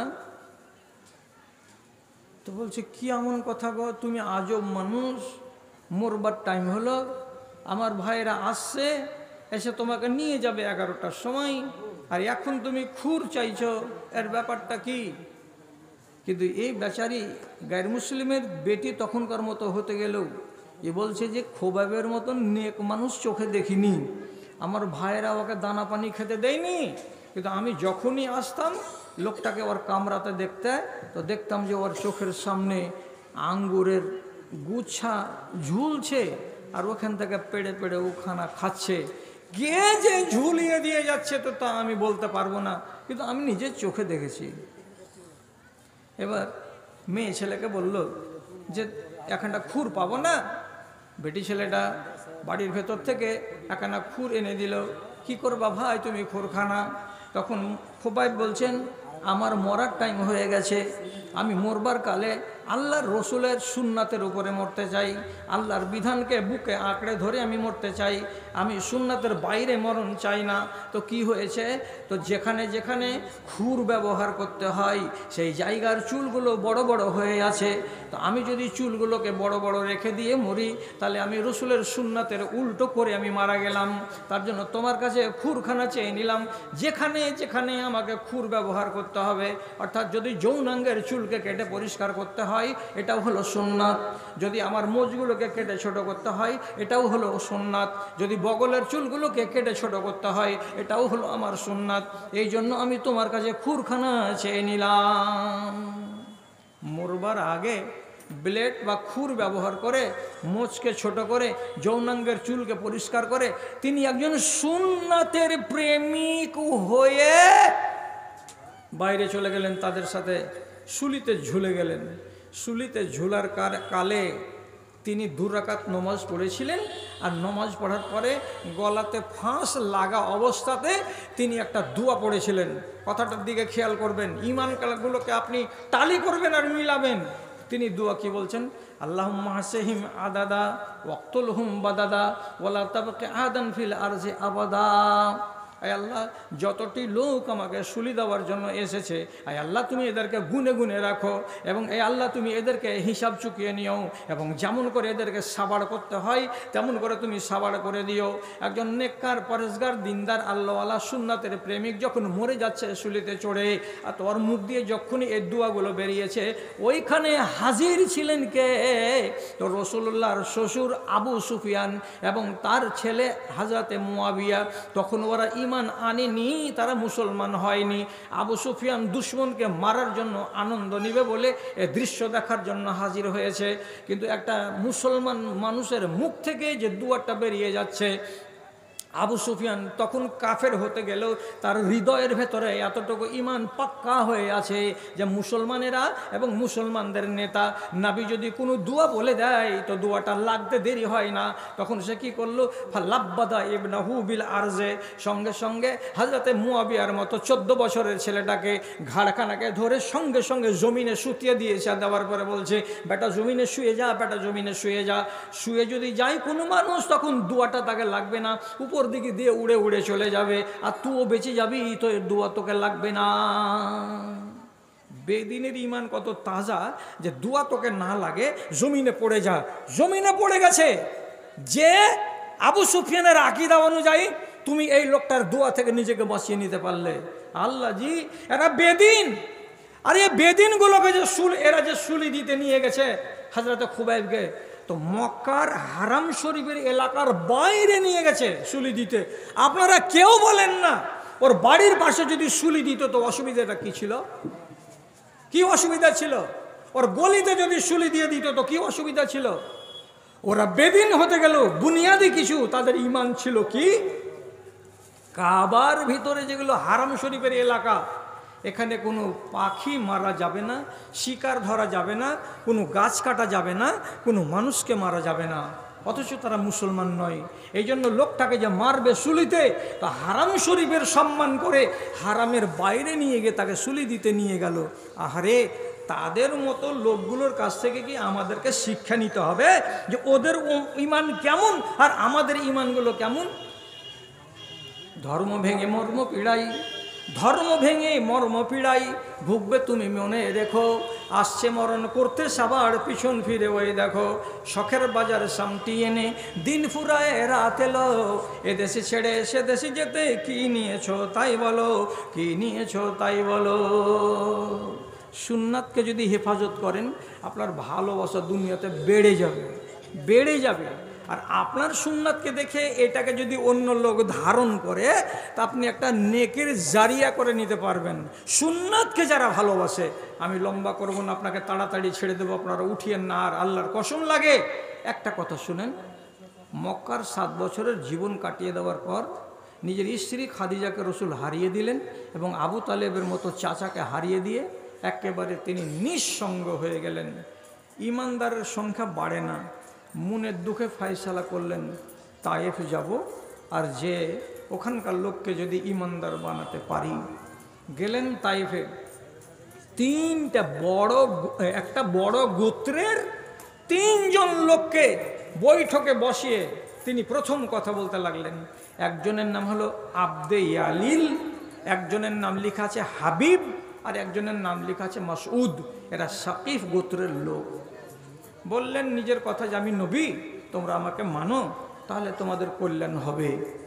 কথাটা যেমনি বলা, যেটা ওদের বড় আব্দে ইয়ালিল যার নাম, ও তখন বলছে লাউকানা জালেকা লাইয়ামরত গিলাফাল কাবাতে, তুমি যদি সত্যিকারী নবী হও তাহলে আমি কসম খেয়ে বলছি আজকেই যাব মক্কা, আর যাওয়ার পরে কাবার গিলাফকে ছিঁড়ে ফেলে দেব, বেইজ্জত করে নামিয়ে দেব কাবা থেকে। এর মানে এটা কি? তোমার মতো লোকটাকে নবী বলে মানা যাবে না। কে তোমাকে নবী বলল? হরগিজ তোমাকে নবী মানা যাবে না। রাসূলুল্লাহ দেখলেন এরা মানবে না, তখন বললেন যে দেখেন আমি অন্য বাড়িতে যাব, আপনারা নিষেধ করিয়েন না, এগুলো কথা বলিয়েন না কাউকে। এ বাড়ি গেল, ও বাড়ি গেল, ও বাড়ি গেল। 3 দিন রাসূলুল্লাহ ওখানে থাকলেন। তখন এরা দেখলো রে আমরা তো চালাক, আমরা মানিনি, কিন্তু গাঁ ঘরে তো অন্য খেপা পাগল লোক থাকতে পারে, এই লোকটার কথা তো পড়ে যেতে পারে। এক কাজ কর, একে গ্রাম ছাড়া কর। তো গ্রাম ছাড়া করতে হবে। তো গ্রাম ছাড়া করতে গেলে কি করতে হবে? আব্দে ইয়ালিল নিজের হাতে পাথর উঠিয়ে আর 20-30 জন ছেলেকে পিছন দিকে এনে একদম হুররা দিয়ে দিল, দিয়ে বলছে মার একে, লাগা পাথর, চালা পাথর, পাথর মেরে মেরে মেরে মেরে ওকে দেশ থেকে বিতাড়িত করে দে, গ্রাম থেকে বিতাড়িত করে দে। রাসূলুল্লাহর উপরে পাথর পড়তে লাগলো।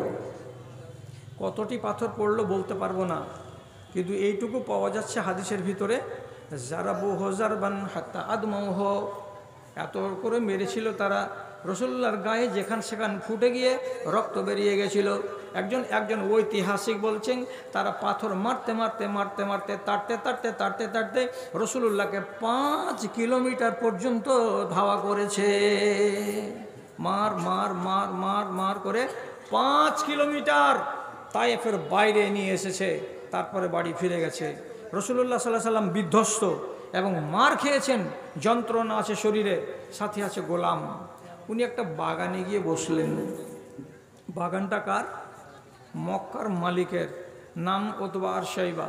এরাও রসুলের দুশ্মন, কিন্তু এরা দুজন দূর থেকে দেখে বলছে নিজের চাকরকে, রে কিছুই হোক মানুষ কিনা, মারও খেয়েছে আর বিধ্বস্ত হয়েছে, আর যেখান সেখান দিয়ে রক্তও ঝরছে, তো লোকটার পেটে জ্বালা আছে রে। মানুষ যদি পেটে খাবার খায় তো জ্বালা অনেক কমে যায়, আর মানুষ যদি ঘুমিয়ে যায় তাহলে অনেক জ্বালা কমে যায়। তো লোকটাকে খেতে দে, তোরে দুটা দানা তো কিছু খাক, কমসে কম ব্যথাগুলো তো কমবে। তো এই দেশে ফের কি আছে, কোনো খালা যদি রাগ করে স্বামীটার উপরে তো সারা রাত খাবে না। আরে 14 আনার বেটি, না খেয়ে থাকলে তো, পেটে খিদা থাকলে তো আরো যন্ত্রণা বাড়বে, দুশ্চিন্তা বাড়বে। খেয়ে নিতে গেলে পেট শান্তি তো জগৎ শান্তি, তারপরে স্বামীর সাথে সোলা সমঝোতা হবে নাহি না হবে পরে দেখা যাবে। রাসূলুল্লাহর কাছে এতটি আঙ্গুর দিয়ে পাঠাচ্ছে ওদের চাকরকে দিয়ে, আর দিয়ে বলছে যা তো ওই লোকটাকে দেগা, ওরা দুজন বসে বসে খাবে তো মনটা হালকা হবে। চাকরটা কিন্তু খ্রিস্টান, মনে রাখবেন, চাকরটা খ্রিস্টান। এইবার ওর কাছে গেল, আর যাওয়ার পরে আঙ্গুরটিকে রাখলো, আর রাখার পরে বলছে এ আরবি, খেজুরটি খাও, আঙ্গুরটি খাও, খাও খাও খাও, শরীরে শক্তি পাবে, খাও। তো রাসূলুল্লাহ দেখলেন আমার পেটে জ্বালা আছে, তো আমি খাই। তো একটা আঙ্গুরকে এমনি করে তুলে মুখে দিতে যাচ্ছেন, তো যাওয়ার আগে তখন তিনি কি বলছেন, বিসমিল্লাহ বিসমিল্লাহ। লোকমা তোলার আগে বলতে হয় বিসমিল্লাহ। যখনই এই কথাটা তিনি বলে আঙ্গুরটাকে মুখে দিতে গেলেন, তখনই এই খ্রিস্টান চাকরটা বলছে হাযিহি কালিমাতুন লা ইয়াকুলুহা আহলু হাযাল বালাদে। ও বাবা, ও বিদেশি মানুষ, তুমি যে কথাটা বললে এমন কথাটা এখানকার লোকেরা বলে না খাওয়ার সময়। আজকে তোমার মুখ থেকে জীবনে প্রথম শুনলাম যে লোকমা মুখে তোলার আগে বলতে হচ্ছে কি বিসমিল্লাহ। তখন রাসূলুল্লাহ বলছেন, তোমার নাম কি? বলছে, আমার নাম আদ্দাস। তোমার বাড়ি কোথায়? তখন বলছে, আমার বাড়ি হচ্ছে নাইনাওয়া, আমি খ্রিস্টান। তখন রাসূলুল্লাহ বলছেন, নাইনাওয়ার মানে হলো কি? নাইনাওয়া ইরাক, আল্লাযী বুইসা ফীহি আখুনা ইউনুস। নাইনাওয়া কি ওই নাইনাওয়া বলছো যেটা ইরাক দেশে আছে, আর যেখানে আমার ভাই নবী ইউনুস আলাইহিস সালাতু ওয়াস সালামকে প্রেরণ করা হয়েছিল? তখন আদ্দাস মুচকি হেসে বলছে, আরে কি বলছেন আপনি? আপনি নাইনামা দেখেছেন নাকি? আচ্ছা, আপনি কেমন করে জানলেন ইউনুস নবীর কথা যে উনাকে নাইনামা শহরে পাঠানো হয়েছিল? তখন আল্লাহ পাকের নবী বলছেন, ইন্নাহু কানা নাবিয়ান ওয়া ইন্নী নাবিয়ুন। ওই ইউনুস আলাইহিস সালাতু ওয়াস সালাম তিনি হলেন আমার ভাই সম্পর্কে, যেহেতু তিনি ছিলেন একজন নবী, আমি যেমন একজন নবী, তো একজন নবী আর একজন নবীর হাল জানে। তো তিনি যেমন নবী ছিলেন নাইনাওয়া লোকের জন্য, তেমনি আমি হলাম নবী এই আরবের লোকেদের জন্য এবং সারা দুনিয়ার মুসলমানের জন্য। আমাকে আরবের মাটিতে আল্লাহ তাআলা পাঠিয়েছেন। যখনই কথাটা শোনা, এই আদ্দাস বলছে, আল্লাহ রে, এর মতো লোকটাকে একবারও মিথ্যা বলা যাবে না। যে লোকটা আমাদের নবী ইউনুসকে চিনতে পারছে এবং আমার শহরকে চিনতে পারছে, আর এই লোকটা যদি নবী না হলো তো কেমন করে চিনতে পারলো? আর এই লোকটা যে নবী তার লক্ষণ হলো এই, একটা নতুন কথা বলছে কি বিসমিল্লাহ, আল্লাহর নাম নিয়ে শুরু করছি। এর বিশ্বাস আছে আল্লাহর উপরে, লাতের উপরে বিশ্বাস নাই, হোবলের উপরে বিশ্বাস নাই, মাটির খোদার উপরে বিশ্বাস নাই। তাহলে এটা সত্য নবীর নবী। তমনি সে কি করলো? ফাআকাব্বা আলাইহি ওয়া ক্বালা আশহাদু আন লা ইলাহা ইল্লাল্লাহ। সঙ্গে সঙ্গে রাসূলুল্লাহকে খানার খাওয়া অবস্থাতে জড়িয়ে ধরে নিলেন, আর নেওয়ার পরে বলছেন, আমি আপনার কলেমা পড়তে রাজি আছি বলে তিনি লা ইলাহা ইল্লাল্লাহ পড়ে নিয়ে মুসলমান হয়ে গেলেন ওই বাগানের কোনায়। রাসূলুল্লাহ বলছেন, পয়সা উঠে গেল রে, রক্তের দাম পেয়ে গেলাম রে। একটা সুন্নাতকে দেখাতে গিয়ে একটা মানুষের দিলের দরজাকে খুলে দিলাম। আর আমি ভাবিনি যে তাইফের ওই লোকেরা মানবে না, তো কেউ মানবে না।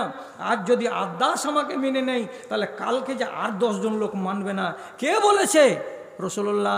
শুধু সুন্নাতটাকে পালন করতে গিয়ে একটা মানুষের দিলকে জিতে নিলেন, আর লোকটা মুসলমান হয়ে গেল। আল্লাহ পাকের রাসূল বলছেন, আমি কামিয়াব।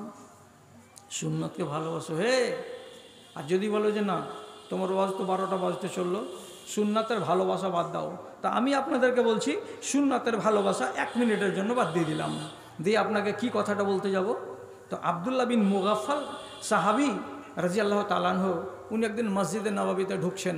তো দেখা যাচ্ছে কি একটা জুয়ান তরতাজা ছেলে 7-8টা গুলি নিয়ে এমনি করে ধরছে, টান করে দিকে মারছে, একটা ধরছে এমনি করে টান করে মারছে। তো উনি মসজিদে গুলি খেলা দেখলেন, দেখার পরে বলছেন, এই কি খেলছো গুলা? গুলি খেলছি। তখন উনি বলছেন, ফাইন্নাহু লা ইয়াকতুলুস সাইদা ওয়ালা ইয়ানকাউল আদুওয়া। এই যে গুলি খেলাটা তুমি খেলছো, এর দ্বারাই কোনো শিকারকে ধরা যায় না, এর দ্বারাই কোনো দুশ্মনকে মারা যাবে না। ইন্নাহু ইয়াকফাউল আয়না ওয়া ইউকসিরুল আজমা। যদি হয় তো মানুষের চোখ কানা হয়ে যায়, আর যদি হয় তো কোনো মানুষকে যদি জোরে লাগে তো তার হাড় ভেঙে যায়। তাহলে দুশ্মনকে কাবু করা যাবে না এবং কোনো শিকারীকে আঘাত দিয়ে তাকে ধরাও যাবে না। তাহলে ফালতু কাজটা তুমি কেন করছো মসজিদের ভেতরে? আমি নিজে শুনেছি নবী করিম সাল্লাল্লাহু আলাইহি সাল্লামের মুখ থেকে, কেউ যেন তোমরা আঙুলে গুটি মেরে খেলাগুলো না খেলো। এই খেলাটা কিন্তু ভালো নয়, এই খেলাটা হলো নাজায়েজ, খেলিও না। বয়ানটা শুনলো, আর তখনকার মতন শুনে টুনে দেখে মনে হলো যে এই ছেলেটা আর খেলবে না, ও চলে গেছে কাজে। আধ ঘন্টা 1 ঘন্টা পর ঘুরে এসে মসজিদে নববীতে যদি ঢুকছেন তো দেখছেন যে ও ছেলেটা খেলা নিয়ে ব্যস্ত হয়ে আছে। খেলতে আছে।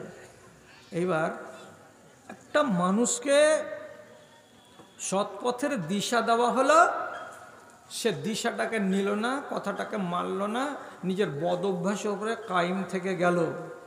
তাহলে আপনাকে খাটতে হবে আমার সাথে কি বলে? আপনাকে আমি 10টা কথা বলেছি, আপনি মানলেন না। না মানতে গেলে আপনার করাটা উচিত কি হবে আর আমার করাটা উচিত কি হবে, এটা এই হাদিস থেকে আপনাকে শিখিয়ে দিচ্ছি। তখন এই সাহাবী আব্দুল্লাহ বিন মুগাফফাল বলছেন কি, ওয়াল্লাহি ইন্নী লা উকাল্লিমুকা আবাদা ওয়া ইন মারিজতা লা আউদুকা ওয়া ইন মুত্তা ফালা আশহাদু জানাজাতাকা। 3টা কথা, পালায়েন না, হয়ে গেছে শেষ তো, আমি তো শেষ করে দেবো, তো আপনাকে কষ্ট দিব না। 3টা কথা কি বলছেন? আমি কসম খেয়ে বলছি, আজ থেকে তোমার মতো ছেলেটার সঙ্গে দেখা হলে কথা বলবো না। আজ থেকে আমার কানে যদি খবর আসে মাদ্রাসার পশ্চিম পাড়ার মহবুল হক ব্যারাম পড়ে আছে, আমি ব্যারাম পড়া শুনতে গেলেও তোমাকে দেখতে আসবো না। অথচ একটা রুগীকে দেখতে গেলে অনেক সোয়াব আছে, যেন জান্নাতের পথে মানুষটা হাঁটে। এত নেকি হতে গেলেও তোমার মতো লোকটাকে ব্যারাম পড়তে গেলে আমি দেখতে যাব না। 3 নম্বরে কথা বলছেন, আমার মরার আগে যদি তোমার মরার খবর হয়ে যায় তো কসম দিয়ে বলছি তোমার জানাজায় হাজির হব না। কি হলো? মৌলভী আফসার আপনাদের আলেম, আমার ফের কে? ওকে জিজ্ঞেস করবেন যে যদি এটা জাল কথা হয়, তাহলে আমি ফোনে ফোনে ভুল স্বীকার করে নিয়ে ঘুরিয়ে নিব কথাটা। একেবারে সহি হাদিস আপনাকে বলছি। আপনি যদি মন্দ কথাকে জেনে নেওয়ার পর যদি দূরে সরে না আসেন, তাহলে কোনো আলেম আপনার জানাজাতে যেন না যায়। যাবে কেন জানা যায়? আপনি তো মদখোর, মদ খেতে খেতে মরে গেলেন। আপনি তো সুদখোর, সুদ খেতে খেতে মরে গেলেন। আপনি তো বেনমাজ, বেনমাজির জানাজাতে যাব কিসের জন্য? যদি বলি দলিল কোথায়, তো দলিলটা এই হাদিসটার থেকে আমি দলিল পেলাম যে আল্লাহ পাকের নবীর এক সাহাবী আব্দুল্লাহ বিন মুগাফফাল, উনি বলছেন যে আমি যাব না। জি, তাহলে হুজ্জতিটা কিসের? কবে মানবেন? বয়স তো অনেক হয়ে গেল। আচ্ছা, বলছে মৌলভী সাহেব এটা কড়া হয়ে গেল। তো কড়া যদি হয়ে যায়, একটা নরমগুলো বলছি। নরমটা কি? যা আর রাজুলুন এলা নবী সাল্লাল্লাহু আলাইহি ওয়াসাল্লাম বাদা ইয়াকুল মাহু। আল্লাহ রাব্বুল আলামিনের নবী বসে আছেন নিজের জায়গায়, খানা হাজির হয়েছে। এমন সময় দূর থেকে দেহাত থেকে একটা লোক এলো। রাসূলুল্লাহ বলছেন, আমার সাথে বসে যাও এবং আমার সাথে খানা খাও, তুমি হলে আমার মেহমান। খানা যদি খেতে আরম্ভ করেছে তো বিসমিল্লাহ বাঁ হাতে, বিসমিল্লাহ বাঁ হাতে, খেজুর ফাটছে 2 হাতে আর লোকমাটা ভরছে বাঁ হাতে, লোকমাটা ভরছে বাঁ হাতে। বাঁ হাতে কে খায়? কে খায় জি? ফাইন্না শয়তান ইয়াকুলু বিশমালিহি, শয়তান বাম হাতে খায়। আর একটা মুসলমান নামাজ পড়া লোক সে যদি বাম হাতে খায় তো শয়তানের ভাই হয় না হয় না? আপনি নিজে চিন্তা করুন। রাসূলুল্লাহ তখন লোকটার দিকে মেহমান সম্মানের ভাষা বলে বলছেন, কুল বিয়ামিনিকা, তুমি তোমার ডান হাত দিয়ে খাও, বাম হাত দিয়ে কেন খাচ্ছ রে ভাই? তো লোকটা তখন আমার মনে হয় শেরশাবাদ বংশেরই লোক ছিল না কি, যে আল্লাহ জানি না, এত কেন হ্যাংঠার, এত কেন কড়া। ও জবাব দিয়ে বলছে, লা আস্তাতিও, বাম হাতেই খাচ্ছি, এ হাতেই খাবো, ডান হাতে খেতে পারবো না। খেতে দাও তো ভালো, না খেতে দাও তাও ভালো, ডান হাতে খাবো না, বাম হাতেই খাবো। তো বলছে লা আস্তাতিও, আমি ডান হাতে খেতে পারবো না। তো ডান হাতখান ভালো আছে তো খেতে পারবে না। ও যদি বলে যে ডান হাতে অসুখ আছে, আল্লাহ রসুল আমার ডান হাত ব্যথা করে, আমি উঠাতে পারি না, তাহলে তো ওজুর আছে। হ্যাঁ, আর ডান হাত ভালো আছে স্বাভাবিক, আর বলছে আমি খাবো না, ডান হাতে খেতে পারবো না। রসুল্লাহ হাতের দিকে দেখলেন, আর দেখার পরে সাথে সাথে বলেছেন, তুমি আল্লাহর একটা বিধানকে অগ্রাহ্য করো, তুমি আল্লাহর আমার একটা সুন্নাতকে বুড়ো আঙুল দেখাও, তাহলে তোমাকে কেরামতিটা দেখিয়ে দিচ্ছে। এবার কি, ফাইন্নাকা লা তাস্তাতিও, তুমি যখন বলছো যে আমি খেতে পারবো না, তখন আমি নবী বলছি তুমি খেতে পারবে না, তুমি খেতে পারবে না। এই কথাটা বলে দিলেন, দিয়ে ছেড়ে দিলেন। এই খ্যাপা তো বুঝতে পারলো না যে কথাটার মানে কি।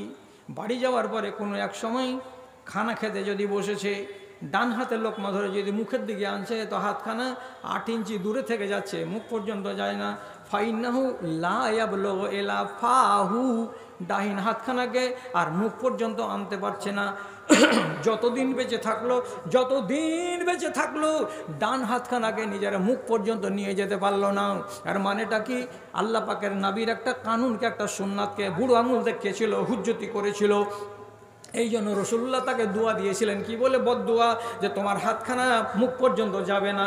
আর এটাই ঘটে গেল, যতদিন বাঁচলো ততদিন ডান হাতখানাকে মুখ পর্যন্ত নিয়ে যেতে পারলো না। আপনি এবার বলেন, কতটি সুন্নাতকে পায়ে মারেন? পালিয়ে তো যাবেন, পালাইবার ওয়াজ করে দিচ্ছে এবার 5 মিনিটে আপনি পালিয়ে যাবেন। সেটা কি? মাওলানা আফসারকে জিজ্ঞেস করবেন। রসুল্লাহর বেটির বিয়ে হয়েছে মসজিদে নববীতে, বরযাত্রী কয়টা? আবু বকর সিদ্দিক, হযরত উমর ফারুক এবং রসুল্লাহর মামু সাদ বিন আবি ওয়াক্কাস এবং রসুল্লাহর একটা গোলাম। আর ওই মজলিসে কে ছিলেন? তো হযরত আলী রাদিয়াল্লাহু তাআলা আনহু এবং আল্লাহ পাকের নবী। সবটিকে মিলিয়ে একটা হলো মেয়ের বাবা আর একটা হলো জামাই। এই দুটাকে বাদ দিতে গেলে মজলিসে 4টা লোক আছে। মসজিদে নববীতে আল্লাহ পাকের নবী মোহরের উল্লেখ না করেই নিজের বেটি ফাতেমা, জান্নাতি মহিলাদের সর্দার, বিয়ে পড়িয়ে দিলেন। একবারে বিয়ে পাক্কা হয়ে গেল। 4টা লোক, 80 বরযাত্রী, বিয়ে হয়ে গেল। মেয়েটা কেমন? জান্নাতি মহিলাদের সর্দার। ঠিক আছে, একটা হাদিস। আর 2 নম্বর হাদিস, রাবিয়া আসলামী, একটা সাহাবী, তিনি বলছেন রসুল একদিন তাকে বলছেন, রাবিয়া 22 বছর বয়সের তর তাজা নওজওয়ান, দেখতে কত সুন্দর, চাঁদের মতো চেহারা, বিয়ে করবা আগে করবা না? তখন রাবিয়া বলছে, আপনার খিদমতের চাইতে ভালো কাজ আর কিছু নেই রসুল, বিয়ে টিয়ে বলিয়েন না তো। একদিন গেল, 2 দিন পরে আবার রসুল বলছেন, রাবিয়া আলা তাতাজাওয়াজু, বিবাহ করবে না? তখন রাবিয়া 2য় দিন বলছে, আল্লাহ রসুল, বিয়ে যে করব তা আমার মতো গরিবকে কে বেটি দেবে? আমার তো বাড়ি নাই, আমার তো ঘর নাই, আমার তো জমি জমা নাই, আমি মসজিদে নববীর এক কোণে পড়ে পড়ে দিন কাটাই আর আপনার খেদমত করি, আমার মতো নিহাত্তাকে কে বেটি দেবে? তখন রসুল্লাহ বলছেন, তুমি বিয়ে করবে কি না বলো? বলছে, হ্যাঁ, যদি কেউ বেটি দেয় তো বিয়ে করব। রসুল বলছেন, চলে যাও উত্তরপাড়ার মাদ্রাসা থেকে 1 কিলোমিটার দূরে উমুক আনসারের বাড়িতে যাও, আর যে আমার সালামটা দাও, আর সালাম দেওয়ার পরে বলো রসুল্লাহ পাঠালেন, আপনার বেটির সাথে আমার বিয়ে দিয়ে দেন। কত সোজা গো! গেল একদম সহিহ হাদিস বলছে, আল্লাহর কসম খেয়ে বলছি রে, জোকারি কোনো কথা নয়, আলকাপের কোনো কথা নয়, একেবারে সহিহ মুসলিম শরীফের হাদিস। এবার রাবিয়া আসলামী গেলেন, আর যাওয়ার পরে বলছেন, আপনাকে নবীজি সালাম দিয়েছেন, তারপরে কি বলেছেন? বলছে, আপনার বেটির সঙ্গে আমার বিয়ে দিয়ে দেন। লোকটা বলছে, ঠিকই নবী বলেছেন নাকি? বলছে, হ্যাঁ বলেছেন। মজলিসটা কি লাগলো? নিজের ভাইটাকে ডাকলো, বেটাটাকে ডাকলো, আর ডাকার পরে রাবিয়া আসলামীর গলিতে তক্ষুনি 10 মিনিটের ভেতরে বিয়ে পড়িয়ে দিল। বিয়ে হয়ে গেল, মসজিদে চলে এসলো, টাইম লম্বা নেই। আচ্ছা, আপনি হ্যাঁ না বলেন, রসুল্লাহর বেটির বিয়েতে কটা বরযাত্রী ছিল? বলেন, আওয়াজ করেন, কটা ছিল? 4টা। রাবিয়া আসলামী বিয়ে করলো, এর বরযাত্রী কয়টা? কেউ নাই, একটাই। আচ্ছা, আপনি আপনার বেটা বোম্বাইয়ে কাজ করে, তার জন্য 150টা বরযাত্রী দিবেন? আপনি কয়বার তওবা করবেন বলেন? আর না তো সাদা কাগজ দেন। ওয়াজ শোনার পরে যদি আপনি না মানেন, তাহলে আল্লাহর রসুলের হাদিসকে আপনি বুড়ো আঙুল দেখান, আপনার মতো লোকের মরে ডাইরেক্ট জান্নাতে যাওয়া মুশকিল হবে। আমি কাগজে লিখে দিচ্ছি, দেন কাগজ। আপনি মানবেন না? কেন মানবেন না? মানবেন না তো শুনবেন কেন? 150টা বরযাত্রী মেয়ের বাপের বাড়িকে খেয়ে ধ্বংস করে দিয়ে চলে আসলো, আর তার পরের দিন আপনার বাড়িতে যেটা দাওয়াত হবে, এই দাওয়াতকে বলা হয় ওয়ালিমার দাওয়াত। এই দাওয়াতটা হচ্ছে মুসলমানদের হক, এই দাওয়াতটা হচ্ছে আপনার পাড়া প্রতিবেশীর হক। এই দাওয়াতটাকে আপনি খাওয়ালেন, আর খাওয়াবার পরে মাল ঝাড়ো, বালতি লেখাও, প্রেসার কুকার লেখাও, আর কাঁচের বাসনের কার্টুন পেশ করো, নম্বরই ঝাড়ো। শুধু দাঁতে খিলুল করলে হবে না। টাকা নিয়ে নিলেন, টাকাই যদি নিবেন, তো আপনার মতো ফকির লোকটা কেন দিতে গেলেন দাওয়াত? হোটেল খুললেন না? যদি বলেন যে না টাকা দিব, এত টাকা দাও, এত জিনিস খাওয়াচ্ছি, তো আপনার বেটির বাপের বাড়ি যে খেয়ে এসেছেন ললিবোজ করে করে, ওটা কি টাকার জিনিস ছিল না? ওটার বেলা পয়সা নেই? হ্যাঁ, আপনি টাকা নিয়ে নিলেন, এটা কেন দেওয়া হয়? রসুল্লাহ বলছেন মুমিনদের দুয়া পাওয়ার জন্য। আমি যদি টাকা দিয়ে দাওয়াত খাই, তো আপনার বেটা আর বউয়ের জন্য আমি দুয়া কেন দেবো? টাকা দিয়ে ভোজ খেলাম, তো দুয়া ফের কিসের? হ্যাঁ, টাকা দিয়ে তো ভোজ খেয়েছি। দাদারে, অত দূরে যাইন না, আপনি মানতে পারবেন না, কথা শেষ। আপনাকে ছেড়ে দিচ্ছি, ঘড়িটার দিকে আপনি তাকান, আমিও তাকাচ্ছি, একটা কথা বলে দিয়ে শেষ।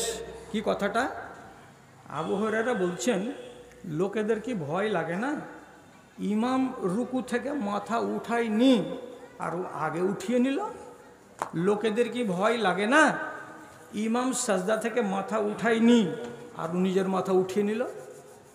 যদি ইমামের আগে আগে মাথা উঠাও, তো রসুল্লাহ বলছেন ইউহাওয়েলুল্লাহ রাসা হিমারিন, তোমার মাথাটাকে আল্লাহ রাব্বুল আলামিন গাধার মাথা বানিয়ে দেবেন। আল্লাহর রসুলের এবং আল্লাহর আইনকে তুমি বুড়ো আঙুল দেখাতে যেও না, কঠিন শাস্তি ভোগ করতে হবে।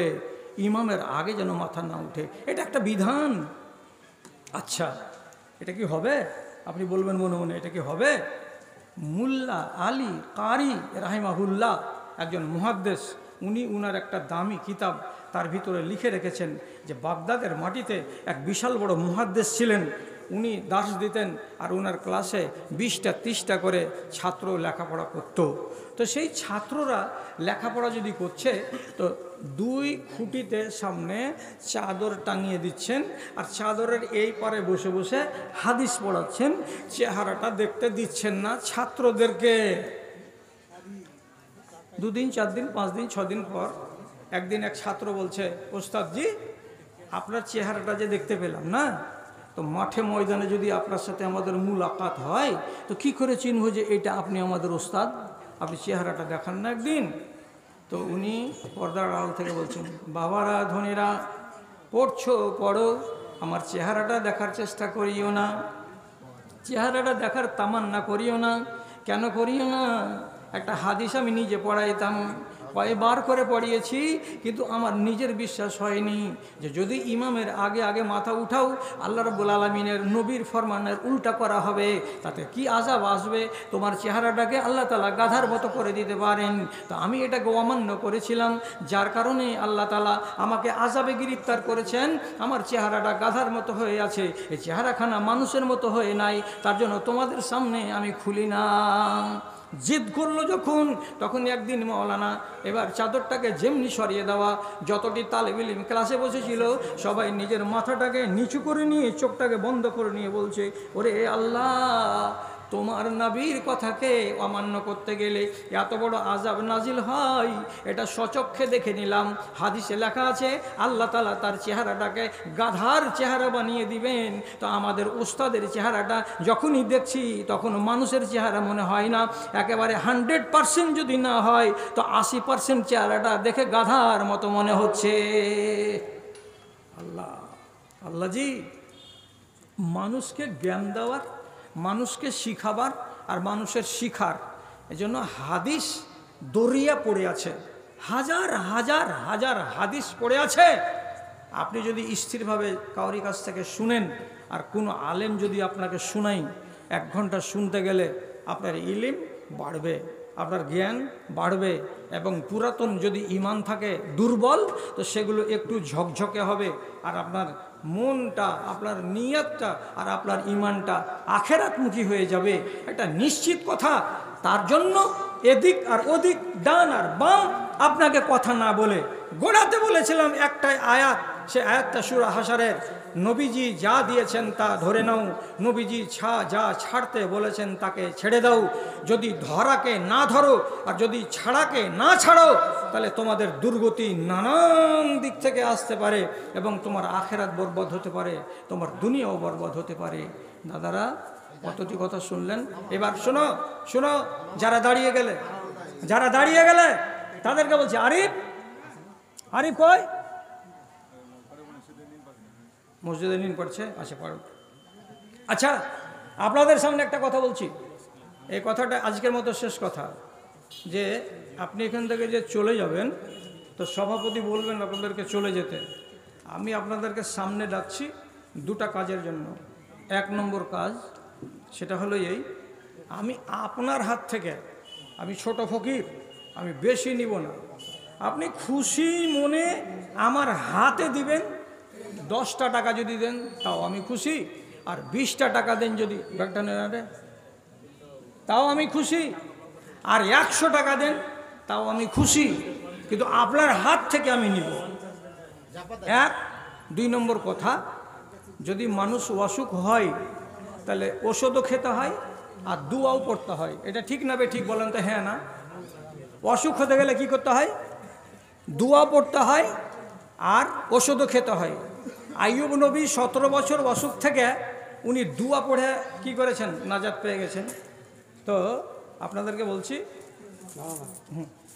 মেয়েদের কাছ থেকে 13,627 টাকা, মেয়েদের কাছ থেকে 13,677 টাকা, আর ওইটি আলহামদুলিল্লাহ রেখে দেন। তো কি বলছি আপনাদেরকে, আমি আপনাদেরকে 70 পাতার একখানা কিতাব দিচ্ছি, 35টা রোগের নাম লেখা আছে। রোগ থেকে বাঁচবেন কেমন করে তার জন্য 8টা দুয়া দেওয়া আছে। একটা দুয়া মুখস্থি করেন, আর করার পরে আপনি নিজের রোগটাকে সারাবার চেষ্টা করেন। তো কিতাবখানা আপনাকে 2 কাপ চায়ের দামে নিতে হবে। 2 কাপ চা 20 টাকা। কে আছে সেটা কেউ? ওই ছেলেটারে শরীফুল মাস্টার 3,000 টাকা। আলহামদুলিল্লাহ, মাশাআল্লাহ, জাযাকাল্লাহ, আল্লাহুম্মা ইয়াদু বিল ইলমি ওয়াল হিলমি। এই আওয়াজ দে তোর এখানে কেউ, ছেলেটা ওই যে আছে ওর কাছে যাই লিয়ে ওই একটা দুয়া মুখস্থি করবেন। আলহামদুলিল্লাহ, পয়সা ওসুল, তোমার আদেশে দিন চলে যায়। আলহামদুলিল্লাহ, একজন ভাই আমার 500 টাকা, আরেকজন ভাই আমার 100 টাকা, আমি চেয়েছি 10 টাকা, চলে আসছে 500 টাকা। আলহামদুলিল্লাহ, আরেকজন 200 টাকা দান, কবুল করো পাক সুবহান। আরেকজন আমার ভাই 100 টাকা। আলহামদুলিল্লাহ, মাশাআল্লাহ, প্রত্যেকে আসুন, তোমার আদেশে দিন চলে যায়। আলহামদুলিল্লাহ, আমার ভাই যেন 120 টাকা দান, আরেকজন 100 টাকা দান, কবুল করো পাক সুবহান। ওই আল্লাহ দয়াময় মেহের করিবে, দানকারী দানকে তুমি কবুল করিবে। তাদের কেউ যদি থাকে কবরেতে, তারা নিবে তুমি নিজের রহমতে, আমিন। আরেকজন 100 টাকা দান, কবুল করো পাক সুবহান। আরেকজন আমাদের এখানে এহসান ডাক্তার মারা গেছে, 5,000 টাকা। আলহামদুলিল্লাহ, মাশাআল্লাহ, আল্লাহুম্মা সাল্লি আলাইহি, আল্লাহুম্মা বারিক আলাইহি, আল্লাহুম্মা আইয়িদু বিল ইলমি ওয়াল হিলমি ওয়া যায়িনহু বিল ঈমানি ওয়াত তাকওয়া। এটাকে একজন বেনামি নাকি? এটা নাম আছে আমার, কি নাম ভাই? জান স্যার, ক্যাশিয়ার সাহেব, কন্ট্রাক্ট 3,000 বাড়িয়ে দেন, 10,000 করে দেন ভাই। 50 ওটি দেওয়া আছে, 50 দেওয়া নাই একটা। আরে আল্লাহ রে, 2 বস্তা সিমেন্ট ভাইয়ের। আলহামদুলিল্লাহ, মাশাআল্লাহ, কন্ট্রাক্টর ভাইয়ের 50,000 টাকা। ওনারা বলছেন যে 50,000 টাকা। 40 ছিল স্টেজে। আচ্ছা, তো কতটি কথা হবে ভাই? গতবার 40, তো ওইটাই থাকতে হলে তোমার আদেশে দিন চলে যায়। ভাই কহেন এরা ছাড়বে না আপনাকে, বুঝতে পারা যাচ্ছে অবস্থা একটু খারাপ আছে। আলহামদুলিল্লাহ, মাশাআল্লাহ, জাযাকাল্লাহ, বাবা নেই, তোমার আদেশে দিন চলে যায়। এলাকার আল্লাহ কন্ট্রাক্টরের হাতটাকে আরো লম্বা করুক, আরো লম্বা করে দিক আল্লাহজি। এখনকার কন্ট্রাক্টররা সব 50,000, 1 লাখ করে সব জায়গাতে দান করছে। আলহামদুলিল্লাহ, মাশাআল্লাহ। আর একজন আমার ভাই জানে 100 টাকা। আল্লাহ তুমি তার দানকারী দানকে কবুল করিবে, আমিন আমিন। ছাড়বে না ভাই, আপনাকে ছাড়বে না। 40 করে দিল, আচ্ছা ছেড়ে দেন। এবার একটু হালাত খারাপ যেছে, তখন 40 করে দেন। আলহামদুলিল্লাহ, 1,000, 40,100, 1,000 টাকা বাড়াতে বলছেন। আচ্ছা, তো হয়ে যাক 1,000 টাকা, আর কি, যেখানে 40 সেখানে 41। আলহামদুলিল্লাহ, আলহামদুলিল্লাহ, মাশাআল্লাহ, জাযাকাল্লাহ, তোমার আদেশে দিন চলে যায়। মুক্তার কন্ট্রাক্টর 5,000 টাকা ক্যাশ আর 10 বড় সিমেন্ট, 10 বড় সিমেন্ট। আলহামদুলিল্লাহ, মাশাআল্লাহ, জাযাকাল্লাহ। এলাকার জি ভাই কাকিমা একজনে। আলহামদুলিল্লাহ, মাশাআল্লাহ। এ ভাইজানের কাকিমা এখানে অনেকটি টাকা দান পাঠিয়েছে। আল্লাহুম্মা সাল্লি আলাইহি, আল্লাহুম্মা বারিক আলাইহি, আল্লাহুম্মা আইয়িদহা বিল ইলমি ওয়াল হিলমি ওয়া যায়্যিনহা বিল ঈমানি ওয়াত তাকওয়া ওয়া লা তু'রিযা বিল ফিতানি ইয়া রাব্বাল আলামিন, আমিন আমিন। তোমার আদেশে দিন চলে যায়, তোমার আদেশে। কন্ট্রাক্টর সাহেব 50,000 টাকা। মাদ্রাসার সেক্রেটারি সব সময় বলে। আচ্ছা, কোনটা ওটা? এই যে মোহাম্মদ সাহেব। ও আচ্ছা, ইনি তো অগ্রণী। এটা 41 হয়েছে, এটা 1 করতে হবে। আরে ভাইয়ের 100 করতে হবে দুটো মিলে, কারণ এটা 41 হয়ে গেছে তো আপনার। তাহলে এনাকে 60 দিতে হবে। 59 চলো গতবার 50 ছিল, ওটা 100 মনে করেন। না গতবার 50 ছিল। না না 41 41 82,000 ছিল, হলো। গত 40 ছিল। তাহলে 82,000 হচ্ছে। 45 করেন। না ওই 41 করে। না, আসল কথা হলো কি যে বোরের গাছের বারে বারে ঢাল মারি আমরা। তো ভাই যদি আজকে 40 দিয়ে দেয় তো ফের 3 মাস পর ফের মসজিদ যখন লাগবে তখন ফের বলবো যে ওই আপনাকে 41 করেন, বরাবরটা রাখেন 41 করেন। 50 করেন তো ছাড়েন তো। 41 করেন। না 41 করেন। তোমার আদেশে দিন চলে শুনুন যায়। না, 50 দেয়, আমি 50 দিই। না তাহলে দুজনেরই 50 করেন। ওর দিকে দুজনেরই যায় না। 50 হবে। আলহামদুলিল্লাহ মাশাআল্লাহ। দুজনেরই 50 আমার হবে। ভাইজান 500 টাকা করেছেন দান, এদান মঞ্জুর করো বাকসুবান।